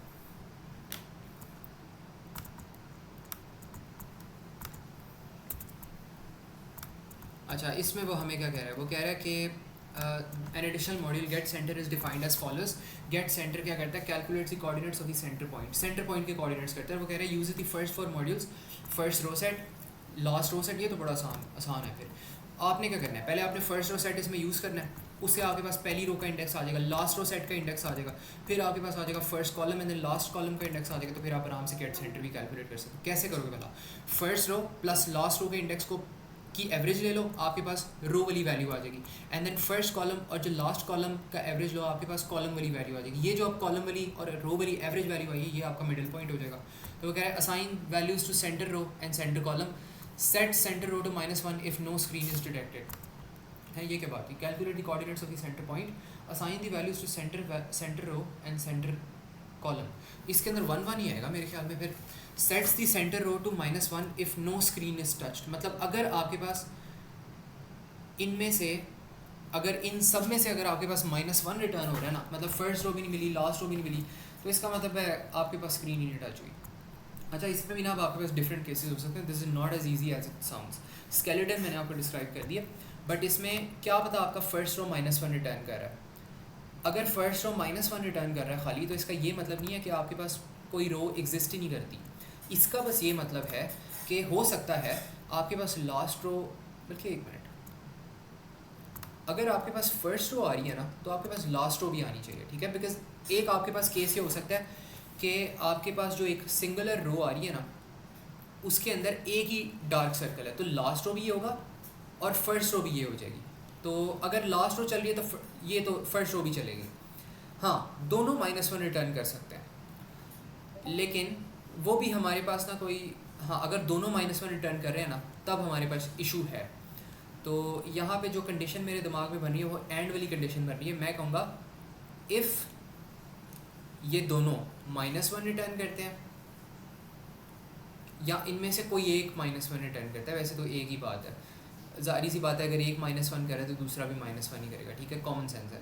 तो यहाँ पे जो मर्जी करो आप लोग, एक ही बात है। और यहाँ पे आप कह दो ये -1 कर रहे हैं, तो ऐसे करके लिख दो। या इसको आप अगर, अब देखो इस तरह के क्वेश्चंस आपके कोड में आते भी है। जो कोड में आए थे वो क्या करता है? वो आपको कहता है if first row and last row equals to -1 and first column equals to -1 last column equals to -1 then this. अब इसको आप सिंपलीफाई, वो कहते हैं इसको रिड्यूस करके लिखो बूलियन को। तो बूलियन को रिड्यूस करके हम यहाँ पे लिखेंगे, क्या हो सकता है? मैंने आपको बताया कि अगर फर्स्ट रो -1 है तो लास्ट रो भी -1 होगी, अगर फर्स्ट कॉलम -1 है तो लास्ट कॉलम भी -1 होगा। तो आप सिंपली यहाँ पे ये क्यों नहीं लिख देते? आप यहाँ पे चेक करो, if first row equals to -1 and आप चेक करो first column equals to -1, then आपका कोड ख़राब है। आपने सेंटर रो के अंदर -1 रखवा देना। मतलब अगर दोनों -1 आ गए हैं तो इसका मतलब ज़ाहिर सी बात है आपके पास लास्ट कॉलम भी -1 होगा, लास्ट रो भी -1 होगा। ये चीज़ समझ आती है सबको? मुस्तफ़ा, हसीब, अलीना, कि अगर आपके पास फर्स्ट रो -1 है तो लास्ट रो भी -1 होगा। तो आपको हर चीज़ चेक करने की ज़रूरत नहीं है, कोड को सिंप्लीफाई करो।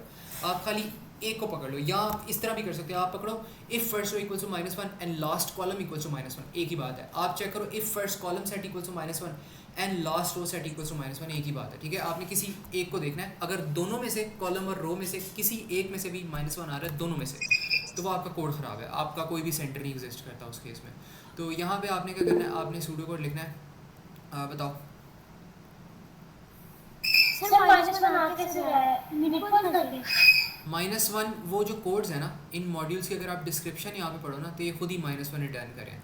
अगर हमारे पास कोई भी एलिमेंट 1 है तो -1 -1, ठीक है, तो ये खुद ही रिटर्न करेंगे, हमें उससे गर्ज नहीं है।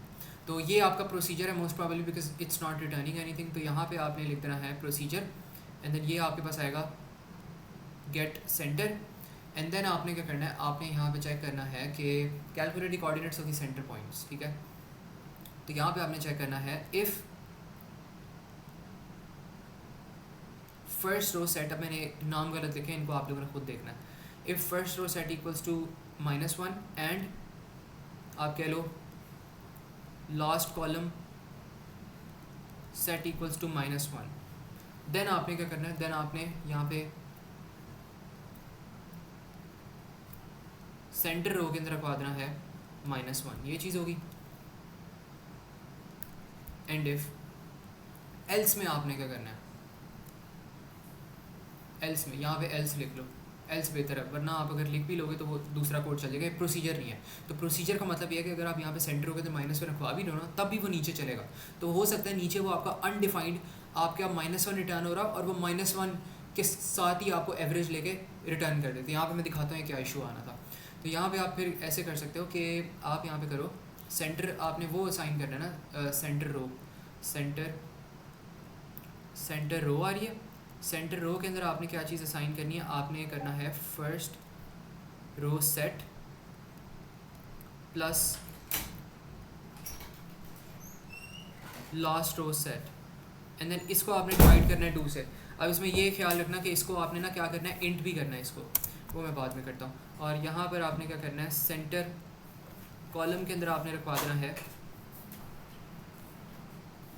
First column set plus the last column set and then divide by 2, ठीक है, ये चीज़ कर दी। एंड देन यहाँ पे आप रखवा दो इंट, बिकॉज हो सकता है न्यूमेरिकल आ रहा तो उसको आपने इंट में कन्वर्ट कर देना, ठीक है, ये भी एक लॉजिक आपने लगानी है। तो ये चीज़ कर दी एंड देन इसके बाद आपने क्या कर देना, फाइनली खुदा हाफिज़ एंड इफ कर दो और ये प्रोसीजर जो है एंड प्रोसीजर हो जाएगा, ठीक है। अब ये कोड बहुत मुश्किल भी हो सकता था और लंबा भी हो सकता था, लेकिन इट्स नॉट,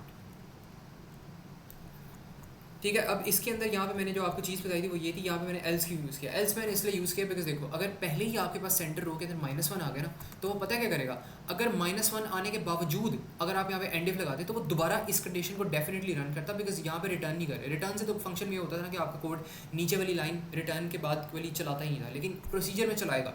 प्रोसीजर में वो फिर क्या करेगा, वो यहाँ पर भी आ जाएगा और वो पता क्या करेगा, वो यहाँ पे फ्रॉम सेट को चलाएगा, इसके अंदर से -1 रिटर्न होगा, एल रो सेट में सिर्फ -1 रिटर्न होगा वो करेगा -1 -2 आ जाएगा, -2 ओवर -2 करेगा तो आपके पास सेंटर रो के अंदर क्या चला जाएगा, -1 चला जाएगा। वैसे तब भी आपके पास सेम ही ये चीज़ यहाँ पे जा रही है, सेम ही चीज़ हो रही है, तब भी -1 आ रहा है, वैसे भी -1 आ रहा है, लेकिन वो कॉलम के अंदर भी ना -1 स्टोर करवा रहा है और ये चीज़ हमें चाहिए नहीं, तो एक्स्ट्रा स्टेप है, इसलिए मैंने एल्स लगा दिया। अगर ये वाली कंडीशन ट्रू हो रही है तो नीचे चलाने की ज़रूरत ही नहीं है, ठीक है, ये चीज़ होगी। अब यहाँ पे उसने एक चीज़ कहा जो मुझे कंफ्यूज करिए, set centre row to -1 if no screen is touched, what about centre column, क्या सेंटर कॉलम नहीं हो सकता, सेंटर रो को खाली किया, चलो खैर उसने ये कह दिया तो हमने कर दिया, यही आपका कोड था यहाँ पे, ठीक है। तो ये चीज़ होपफुली समझ आ गई होगी सबको।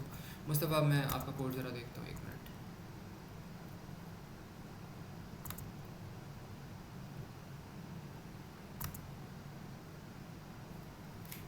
ये निहाल कहाँ पे चला गया, 1 मिनट,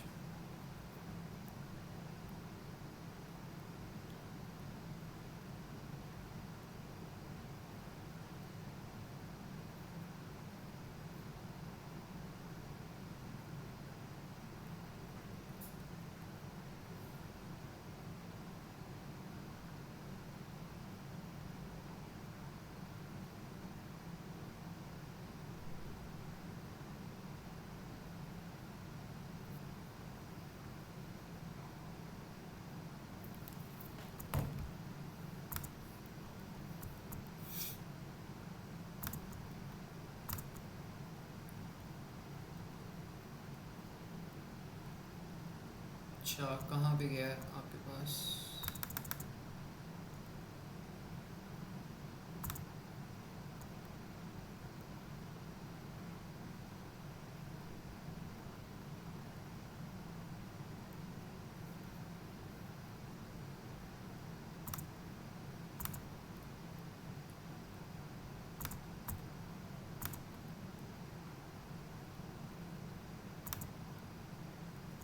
अच्छा, how we're supposed to know this? Can't we just write CMP or like CMP?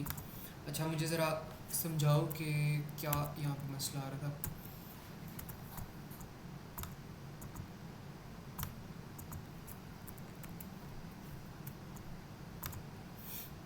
अच्छा, यहाँ पे JPN and then jump compare 100. अच्छा मुस्तफ़ा, मुझे ज़रा एक्सप्लेन कर दो कि यहाँ पे क्या था. मुझे थोड़ा फिर देखना पड़ेगा, देर हो जाएगी. तो मैं कह रहा हूँ कि खाली यहाँ पे छोटे से JPN CMP 100 वगैरह लिखना जरूरी है, उसके अंदर मैं बताया हुआ नहीं कहीं लिखना है. अच्छा, JMP कर लो. अगर कहाँ पे उसने में से यहाँ पे कहा हुआ है कोड, कहाँ पर आ रहा क्वेश्चन है? ये होगा. क्या कह रहे हैं? इसमें इसमें बताया हुआ नहीं है कहीं. हम्म, 100 लिखना है कहीं, उसने बस कहा इंस्ट्रक्शन का नाम बताया.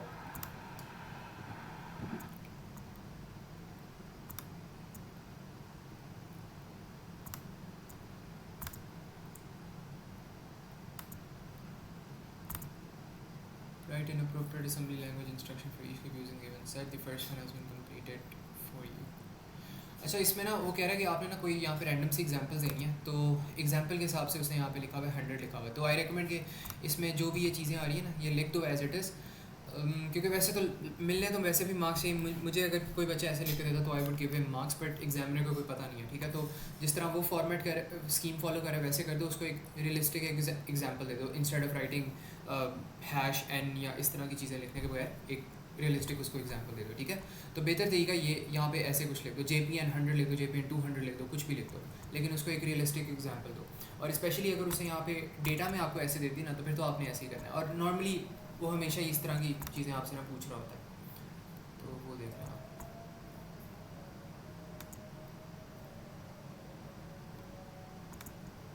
अच्छा, ये चीज़ होगी. और क्या मैंने कोड भेजा था आपको? मर्ज वाला कोड भेजा था, बताता हूँ वो भी मैं.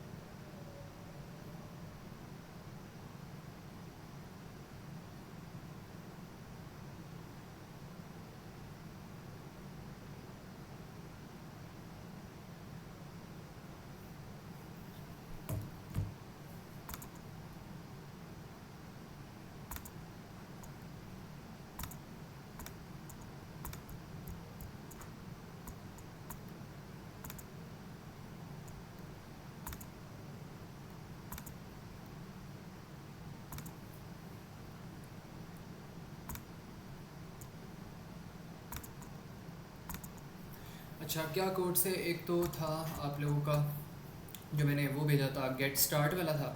लिखवा देता हूँ, एक मिनट, कहाँ पे गया?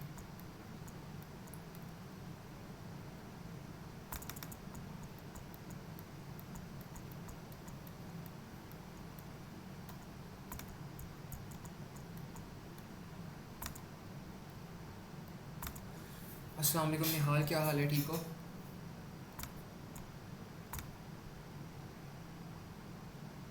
Islam sir, service to it कोई नहीं, गेट. Alright. अच्छा, मैंने ना आज ASCS थोड़ी सी एक्सटेंड कर दी है. मैं A2CS वाली जो स्लॉट है ना, उसको एक्सटेंड करके थोड़े से बच्चों को कोर्स करवा रहा हूँ. सही है ना? जी सर, जैसा कर सकते हैं.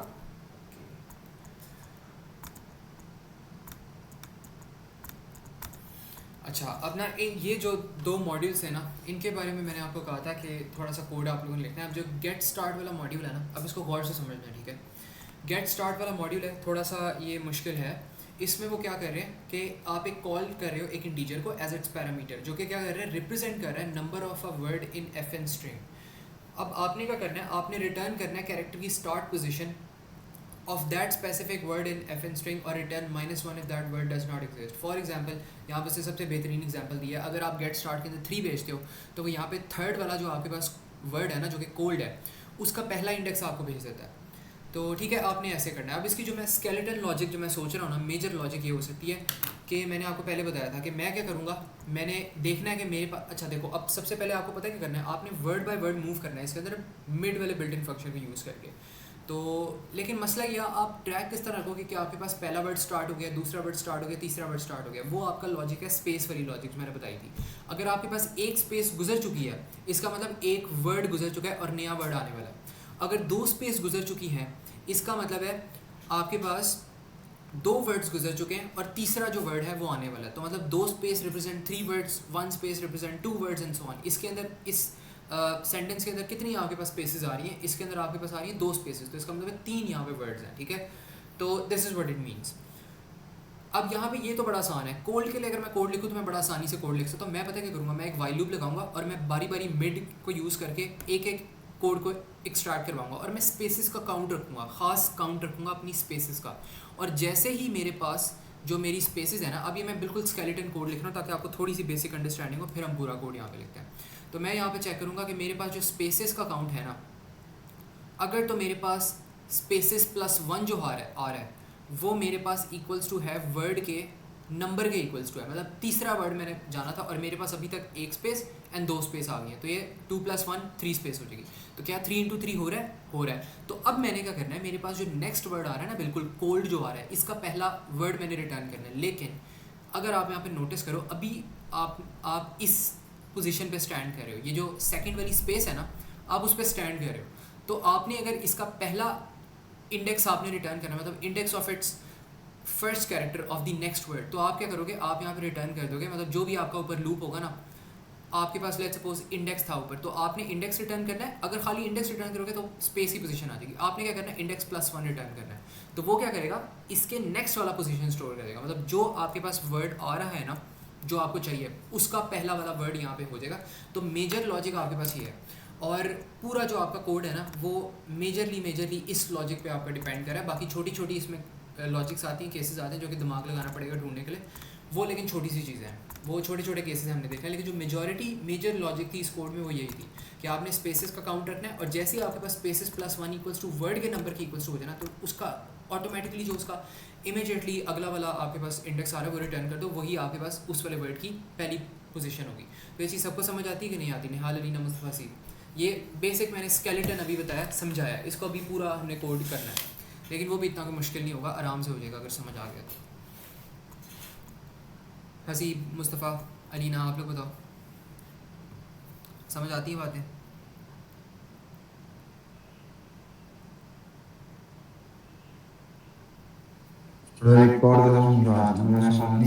समझाता हूँ। देखो, इसमें मेजर लॉजिक हमने पता है क्या करना है।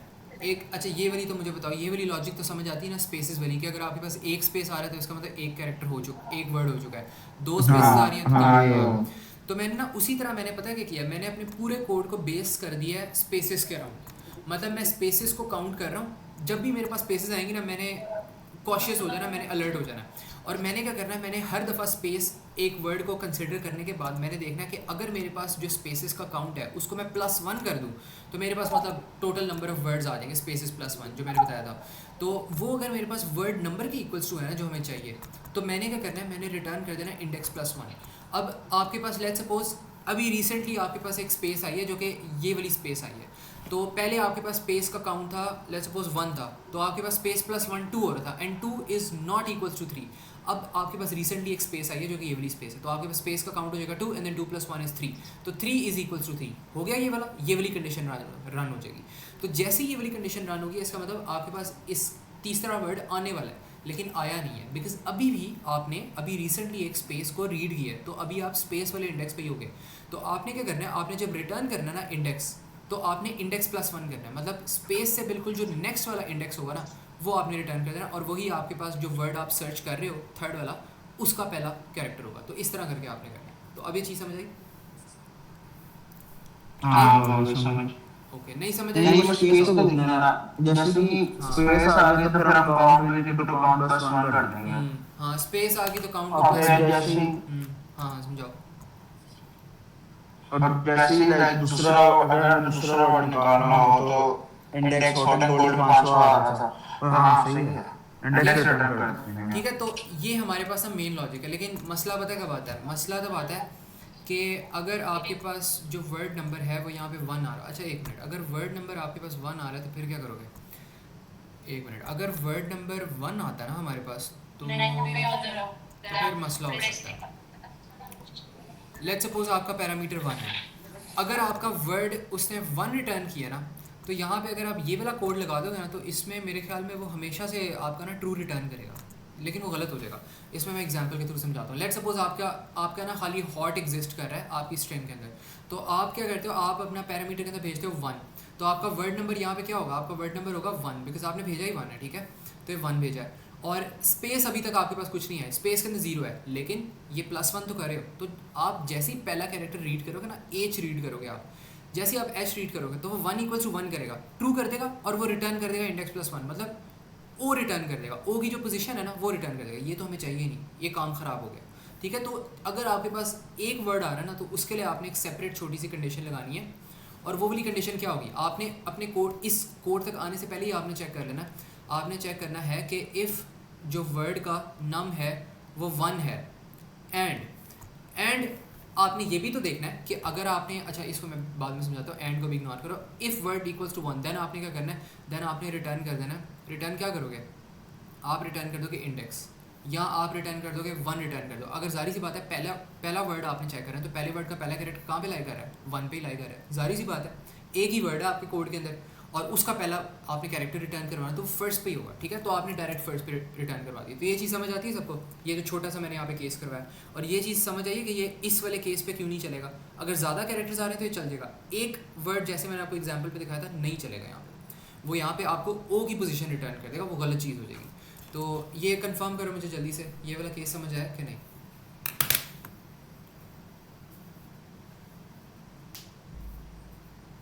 जी सर। अच्छा, अब इसके बाद ना आपने एक और भी केस चेक करना है। दूसरा केस आपने ये चेक करना है कि क्या पता आप एक पैरामीटर दे दो, आप 2 दे दो, पैरामीटर 3 वर्ड दे दो पैरामीटर, लेकिन आपका जो स्ट्रिंग है उसके अंदर कुछ पड़ा ही ना हो। एम्प्टी स्ट्रिंग भी तो आ सकती है, कुछ भी हो सकता है, डेटा किसी भी तरह का हो सकता है। तो अगर एम्प्टी स्ट्रिंग आपके पास आ गई, फिर आप क्या करोगे? तो उसके लिए आपने क्या करना है, आपने यहाँ पर ना एक और कंडीशन यहाँ पे लगानी है, और वो कंडीशन आप यहाँ पे इससे भी पहले लगा दो। सबसे पहली जो आपके पास प्राइमरी कंडीशन होती है ना, वो आपके पास ये होगी कि क्या आपके पास जिस स्ट्रिंग में से आपने सारी ये तमाम चीज़ें करनी है वो एग्जिस्ट भी करती है कि नहीं करती। अगर एग्जिस्ट ही नहीं करती तो फिर मतलब क्या ही फ़ायदा है ये सब करने का। तो यहाँ पे आप करो, आप लगाओ if length LENGTH, and then इसके अंदर आएगा FN स्ट्रिंग। अगर ये हमारे पास इक्वल्स टू आ रही है किसके, क्या कहते हैं क्या कहते हैं उसको, इक्वल्स टू नहीं, बल्कि आप इसको कह दो अगर ये आपके पास ना लेस देन इक्वल्स टू 0 है, वैसे लेस देन 0 नहीं आएगी, इक्वल्स टू 0 आएगी अगर कुछ नहीं होगा। तब आपने क्या करना है, तब आपने इसके अंदर रखवा देना है, तब आपने यहाँ पे रिटर्न कर देना -1, बिकॉज फिर तो कुछ हो ही नहीं रहा, रिटर्न -1 कर दो, ठीक है। तो हाँ, return -1 if the word does not exist. और ये सारी कंडीशंस, अब ये जो आपने -1 यहाँ पे रिटर्न किया है, ये तो आपने रिटर्न किया है इस कंडीशन पे कि अगर आपके पास FN स्ट्रिंग है ही नहीं। अब एक और कंडीशन पे भी रिटर्न हो सकता है, एक और कंडीशन पे रिटर्न ऐसे हो सकता है अगर आपके पास लेंथ हो लेकिन आपके पास वर्ड ना मिला हो, तो वो क्या कंडीशन हो सकती है? वो कंडीशन ये हो सकती है कि आपने सारी कंडीशन एग्जॉस्ट कर ली, फिर अगर सारी कंडीशन एग्जॉस्ट कर ली, कोई भी रिटर्न नहीं चला, तो आपका कोड बदकिस्मती से फिर जारी सी बात है उसको इस वाले रिटर्न पे आना पड़ेगा, और इसको आप रखवा दो रिटर्न -1। तो ये बेसिक ना आपके कोड का यहाँ पे स्केलेटन स्ट्रक्चर है जिससे होना है, और इसके अंदर सारे केसेस यहाँ पे अप्लाई हो रहे हैं जिसके अंदर हो रहा है। अगर एक से ज़्यादा वर्ड आ रहा है तो ये वाली मेजर लॉजिक ये चलेगी, मेजॉरिटी। अगर एक वर्ड आ रहा है तो डायरेक्ट ये कर दो। अगर ये आपने बस अपनी कोड को चलाने के लिए प्राइमरी कंडीशन चेक करनी है, वरना तो आपका कोड ही नहीं चलना, मतलब कोई भी फ़ायदा नहीं, फिर कोई भी लॉजिक लगा लो कोई भी नहीं चलेगी। तो लेंथ तो आपके पास होगी, फिर ही बाकी सारी लॉजिक चलेगी। बाकी इसमें जो स्पेसेस काउंट वाली मैंने चीज़ की है ना, इसमें मैं थोड़ा सा और इसको करवा देता हूँ। इसमें आपने क्या करना है, आपने यहाँ पे ना लूप आपने लगाना है, वाइल लूप आप लगा लो। यहाँ पे आप लगाओ वाइल आप यहाँ पे कर दो index, while index is less than equals to length, और लेंथ के अंदर आपके पास आ रहा है एफ एन स्ट्रिंग। कर दिया ये चीज़, तब तक चलाना जब तक ये नहीं आता, ठीक है। और फिर आपने क्या करना है, आपने यहाँ पे करना है कि इफ़ मिड के अंदर आएगा F N string and then यहाँ पर आपके पास आ जाएगा, मेरे ख्याल में इंडेक्स ही होगा बिकॉज स्टार्ट पोजीशन चेंज करेगी, एंड देन 1, एक एक कैरेक्टर निकालना है। अगर वो स्पेस के इक्वल्स टू है देन आपने क्या करना है, आपने जो भी स्पेस की वैल्यू आ रही है ना वो आपने यहाँ पे ना इंक्रीज़ कर लेनी है। अच्छा 1 मिनट दूँगा बस। तो यहाँ पे अगर आपके पास वो स्पेस के इक्वल्स टू आया ना देन आपने क्या करना है, आपने यहाँ पे स्पेस का काउंटर लेना है, स्पेसेस का, और उसको प्लस प्लस कर लेना है। मैं बहुत ही बुरे तरीके से कोड लिख रहा हूँ लेकिन आई ट्रस्ट कि आप लोगों को सिंटेक्स पता है, आप लोगों को कोड लिखना आता है, तो आप लोग इसको खुद ही से सेट करके लिख लोगे, ठीक है। ये चीज़ कर लिया और इसके बाद हमने क्या करना है, हमने यहाँ पे लिखना है if spaces +1 equals to word num return index +1। Okay ये भी हो गया। बाकी आपने क्या करना है, आपने यहाँ पे वाइल लूप को ना, यहाँ पे आपके पास एंड इफ आ जाएगा, इसको आपने यहाँ पे करना है एंड इफ, एंड देन यहाँ पे आपने साथ साथ जारी सी बात है इंडेक्स को भी आपने प्लस प्लस करना है, तो इंडेक्स को भी आपने बढ़ाना है वाइल लूप चलाने के लिए, एंड देन यहाँ पर आपके पास आ जाएगा एंड वाइल, ठीक है। तो this is going to be your code. समझ आ रही है इस कोड की? पता चल रही है क्या करना है? अलीना वो मसला होगा आपके एंड पे, दोबारा से रीजॉइन करो, फिक्स हो जाएगा। गूगल मीट का मसला होता है। अच्छा ये मुझे बताओ बाकी सब ये चीज़ समझ आई है सबको? लॉजिक क्या थी, किस तरह करनी है? कोई इसमें किसी को कन्फ्यूजन हो तो बताए। अच्छा अब ये करना आप लोगों ने क्या है, ये मैंने आप लोगों को स्ट्रक्चर एक लिख के दिया है, अब इस स्ट्रक्चर को आपने बेहतर तरीके से करके मुझे भेजना है। और मुस्तफ़ा ये आपका टास्क है कि आपने इसको ना मुझे डिजिटल फॉर्म में लिख कर भेजना है, ठीक है। इस पूरे कोड को बेहतर करके फॉर्मेटिंग के साथ बेहतर करके भेज देना ताकि सारे बच्चों को भी समझ आ जाए, और कुछ कमेंट्स वगैरह अगर होंगे वो भी ऐड कर देना, ठीक है। तो ये आपका टास्क है, आपने मुझे बिफोर मिडनाइट तक ये चीज़ भेजनी है, ठीक है। और बाकी कमेंट्स वाली चीज़ से मुझे याद है कि जब भी अपना कोड लिख रहे हो कमेंट ज़रूर ऐड किया करो, ठीक है, बिकॉज एग्जामिनर आपका कोड पढ़ के कंफ्यूज हो जाएगा। अगर मैं कंफ्यूज हो जाऊँगा ना तो एग्जामिनर भी कंफ्यूज होगा, तो कोड लिख दिया करो। अगर आपका कोड सही है भी ना लेकिन एग्जामिनर को ना समझ आए तो वो आपको 0 मार्क्स देके वो मूव ऑन कर जाएगा, ठीक है। तो इसलिए आपने अपने कोड को एक्सप्लेन भी करना है, मतलब अगर आप मेरे भी अगर टेस्ट दे रहे हो तो आपने अपने कोड के ऊपर कमेंट्स लिखने कि क्या चीज़ कर रहा है ताकि वो खुद उसको एक्सप्लेन करे। अब हमेशा ये होता है जब मैं आप लोगों के कोड चेक भी कर रहा तो आप लोग मुझे नॉर्मली एक्सप्लेन कर रहे हो कि नहीं सर ये हो रहा है, ये हो रहा है, and then sometimes I get it कि ठीक है सही कोड लिखा हुआ है। तो इस तरह आपको खुद अपनी जस्टिफिकेशन एग्जामिनर को देनी होगी कि मैंने ये चीज़ की है, कमेंट्स के थ्रू आपको बताना पड़ेगा। तो छोटी छोटी जो चीज़ें हैं you'll have to tell it through comments add करने की आदत बनाओ। ये मत करना कि एग्जाम में कमेंट भूल के आ देना। अगर कोड आपका बहुत आसान है तो वो समझ जाएगा, अगर कोड कॉम्प्लेक्स कर दिया है तो वो कमेंट्स के बगैर कभी भी नहीं समझेगा। जो मर्जी आप लोग कर लो, और फिर आप अपने आप को डिफेंड भी नहीं कर सकते। आप बेशक रीचेकिंग के लिए उसको भेज दो, एग्जामिनर की जस्टिफिकेशन ये होगी कि हमने तो कोड चेक किया था। रीचेकिंग में शायद वो कर ले अगर आप उसको बिल्कुल ही लॉजिक भेजो, लेकिन मुझे नहीं लगता रीचेकिंग के बाद भी वो आप ही सुनता है कि जस्टिफिकेशन होता है। वो आपका पेपर ही दोबारा देखता है बस, और पेपर हो सकता है दोबारा उसको ना समझ आए तो फिर क्या करोगे, फिर वो भी नहीं होना। तो ये चीज़ का ख्याल रखो, जब भी कोड है आपने खुद से कमेंट्स डाले और आपने बताना है कि ये चीज़ ये करिए, ये चीज़ ये करिए, मैंने ये चीज़ इसलिए की है।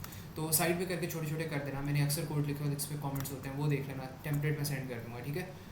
तो ये चीज़ हो रही है। लीना अब शो हुआ है कि नहीं? और क्या कोड था? और एक कोड था आप लोगों के पास मर्ज गेट वर्ड का था। गेट वर्ड क्या कह रहा है? गेट वर्ड क्या कह रहा है, यहाँ से पैरामीटर ले रहा है, तो इसके अंदर सबसे पहले आपने क्या करना है, गेट वर्ड के अंदर, अब ये भी मुस्तफ़ा आपने मुझे लिख कर देना है बेहतर तरीके से, ठीक है। कर लोगे ना? परेशानी तो नहीं कोई?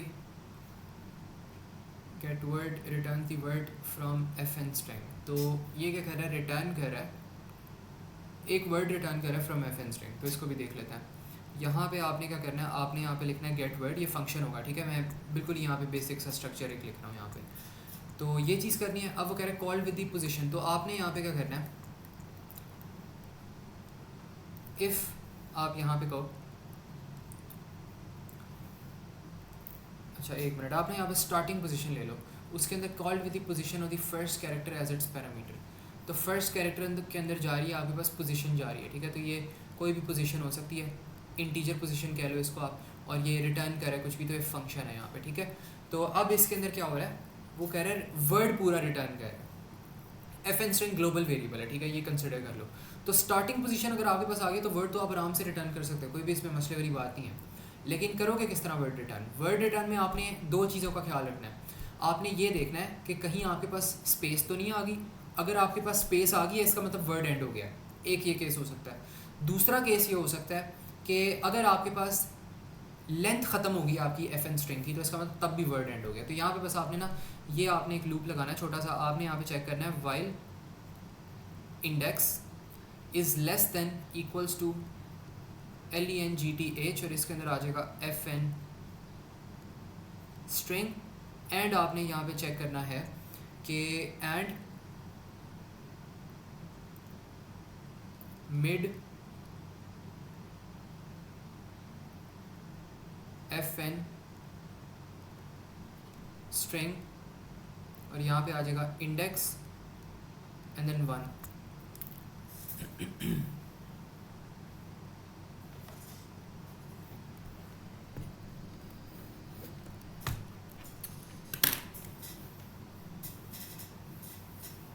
अच्छा 1 मिनट दो मुझे, मेरा ना पेन थोड़ा सा इशू कर रहा है, बार बार इसकी निप नीचे गिरी जा रही है।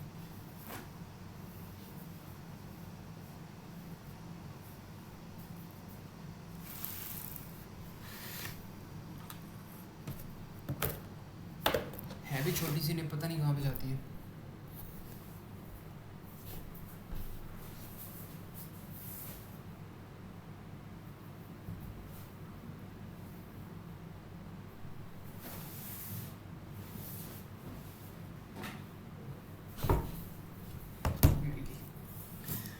अच्छा इसमें अब देखो कि आपने तब तक इस कोड को चलाना है जब तक आपके पास या तो लेंथ ना पूरी हो जाए या तो आपके पास जो है स्पेस ना आ जाए। तो नॉट इक्वल टू स्पेस तब तक आपने चलाना है, ठीक है। और फिर आपने क्या करना है, आपने यहाँ पे इसका जो वर्ड है वो पूरा आपने रिटर्न भी करना है। तो उसके लिए आप क्या कर सकते हो, आप एक रिज़ल्ट एरे बना लो और रिज़ल्ट के अंदर ना आप एक एक कैरेक्टर रखवा के कंकैटिनेट करते जाओ। एंड रखवाओ एंड देन यहाँ पे आ जाएगा मिड। मिड के अंदर आ जाएगा FN string and then index and then 1। और फिर आपने यहाँ पे सारी सी बातें साथ साथ इंडेक्स प्लस प्लस भी करते जाना है क्योंकि इस लूप को आपने चलाना है। और ये चीज़ आपने कर ली। जैसे ही आपके पास यहाँ पे एंड वाइल आएगा ना, आपने क्या कर देना है, आपने इस वर्ड को रिटर्न कर देना है। तो यहाँ पे रिटर्न इंडेक्स करना है आपने, रिटर्न इंडेक्स करो, रिटर्न रिज़ल्ट करना है। तो यहाँ पे आप लिख दो रिटर्न रिज़ल्ट। तो ये तो कोड बहुत ही आसान था। इस पर कोई किसी को प्रॉब्लम हो या कोई कन्फ्यूजन हो तो बताओ। समझ आती है ये चीज़ कि नहीं? थोड़ा मैंने रश करवा के पढ़ाया, तो कोई अगर मसला हो तो बताओ। हसीब, मुस्तफ़ा, निहाल, अलीना, कोई सवाल?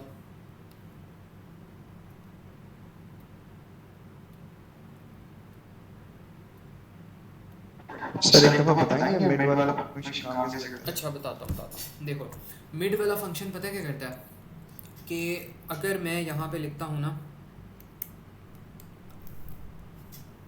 यार ये तो पेन खरीदने का टाइम हो गया नहीं। यहाँ पे ना मिड आता है, मिड के अंदर मैं रखवाता हूँ, अगर मैं रखवाता हूँ कैट और यहाँ पे मैं रखवाता हूँ 1 और यहाँ पे मैं रखवाता हूँ 1, तो वो पता है कि रिटर्न करेगा 1 पॉइंट कर रहा था, सेकंड पैरामीटर पॉइंट करता है स्टार्टिंग पोजीशन पे, तो मतलब यहाँ पे।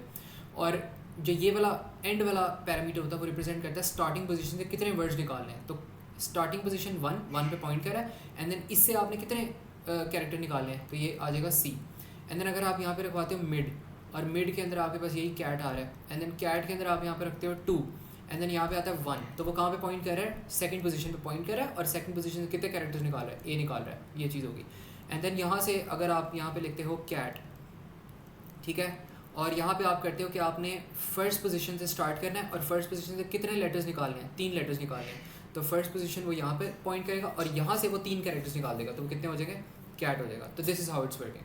पहले पैरामीटर में आपने आपका जाएगा स्ट्रिंग जिसके अंदर से आपने ऑपरेशंस करने हैं। दूसरे पैरामीटर में आपके जाएगा स्टार्टिंग पोजीशन जहाँ पे आपका सारा काम हो रहा है। तीसरे पैरामीटर में आपका जाएगा कि उस स्टार्टिंग पोजीशन से आपने कितने जो कैरेक्टर्स हैं ना वो एक्सट्रैक्ट करवा के आपने रखवाने हैं। तो ये चीज़ हो रही है। तो ये बताओ, ये चीज़ समझ आती है निहाल? जी सर, थैंक यू। ठीक है, तो इस कोड में भी हमने यही किया था। हमने यहाँ पे गेट वर्ड निकाला था। गेट वर्ड का जो स्टार्टिंग पोजीशन है ना, स्टार्टिंग पोजीशन गेट वर्ड का हमें मिला हुआ था। अच्छा एक मिनट, मैंने यहाँ पे कोई गलती तो नहीं कर दी? मुझे लग रहा है मैंने गलती कर दी है। यहाँ पे एक तो लॉजिक हमने ये लगाई थी, जब तक हमारे पास इंडेक्स लेंथ से कम है एंड देन हमारे पास स्पेस नहीं आता था तब तक हमने रिजल्ट बनाते रहना है।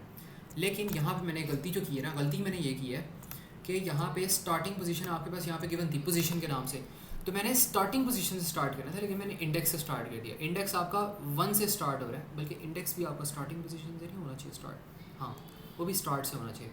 तो यहाँ पे यहाँ पे भी पोजीशन आएगा, यहाँ पे भी स्टार्ट पोजीशन आएगी, तो यहाँ पर भी इसको कर लो स्टार्ट पोजीशन, और ये भी आपके पास फिर हो जाएगा स्टार्ट पोजीशन, ठीक है। और यहाँ पर भी इसको कर लो स्टार्ट पोजीशन, इंडेक्स की ज़रूरत ही नहीं है, ठीक है। तो इस तरह करके आपने करना है, मतलब आपने तब तक, अगर इसमें मैं आपको एक डेटा बताऊँ ना, आपके पास लेट्स सपोज आ रहा है एक ही वर्ड था कोल्ड, कोल्ड की स्टार्टिंग पोजीशन है 1, तो यहाँ पे वो चेक करेगा while 1 is less than equal to length, length कितनी है 4, और स्पेस नहीं आया, स्पेस नहीं है नहीं, तो सबसे पहले वो mid F N string position 1 एक कैरेक्टर निकालेगा, और किस पोजीशन से 1 पोजीशन से, मतलब सबसे पहले वो सी निकालेगा, इसके अंदर खवा देगा, फिर पोजीशन की वैल्यू प्लस प्लस हो जाएगी, अब इसके अंदर 2 आ जाएगा, बाकी सारा सेम रहेगा। तो अब वो क्या करेगा सेकंड पोजीशन पे जाएगा और ओ निकाल के इसको दे देगा, और ये रिजल्ट के अंदर प्लस प्लस कर देगा। फिर दोबारा पोजीशन जो होगी वो 3 हो जाएगी, तो वो एल निकालेगा, एल यहाँ पे रखवा देगा, एंड देन दोबारा पोजीशन प्लस प्लस होगा, वो यहाँ पे डी निकालेगा और डी को यहाँ पे रखवा देगा। कोल्ड आ गया, अब आपके पास यहाँ पर 4 आ गया होगा। अब जो 4 है आपका वो क्या है, while 4 is less than equal to, वो दोबारा चला देगा, तो इसमें लेस देन ही खाली रखवा दो। जैसे ही आपका 4 आया, आपका ये इक्वल टू हो गया, इसके बाद आपके पास कोई पोजीशन बढ़ती नहीं है, तो आपने क्या कर देना, आपने एंड पे बस ये वाइल लूप ब्रेक करना है और आपने रिटर्न कर देना कोल्ड, तो कोल्ड आपके पास रिटर्न हो जाएगा। एक तो ये केस था।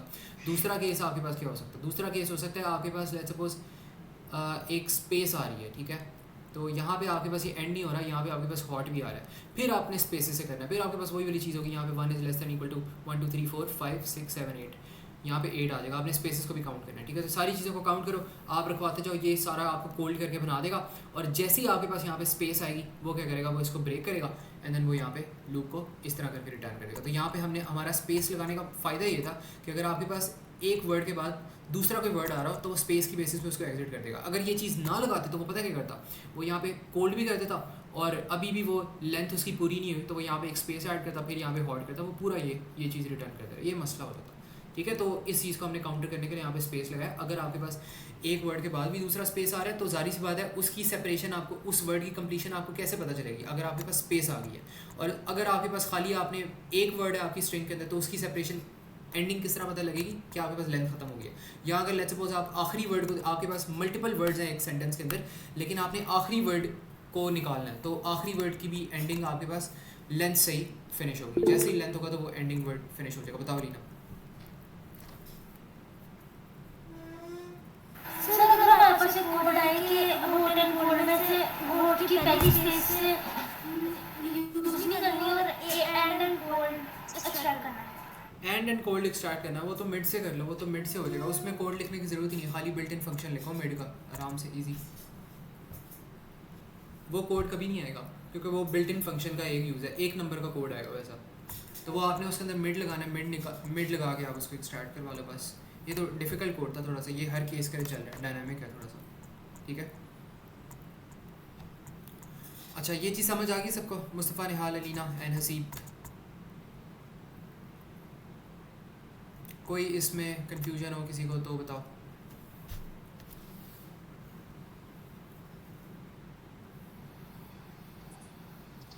नहीं सर, आप खुद ही करोगे, कोड बैठ के हो जाएगा, ठीक है। तो ये मुझे ना हर किसी से चाहिए, और बाकी मुस्तफ़ा आपने ना मुझे इसको थोड़ा सा बेहतर करके भेजना है ताकि मैं इसको अपलोड भी कर दूँ, और थोड़ा सा अच्छा करके ना इन कोड्स को बस पूरे तरीके से लिख देना, ताकि अगर किसी ने देखना हो तो वो यहाँ पे इन कोड्स को देख भी ले, ठीक है। बताओ लीना। सर वो फ्लो चार्ट करवा दीजिए, आपको भेजा फ्लो चार्ट वो मैं ना कल करवाऊँगा, ठीक है। अब मेरी वो एक और भी क्लास है यहाँ पे भी 4:40, ठीक है। अल्लाह हाफ़िज़।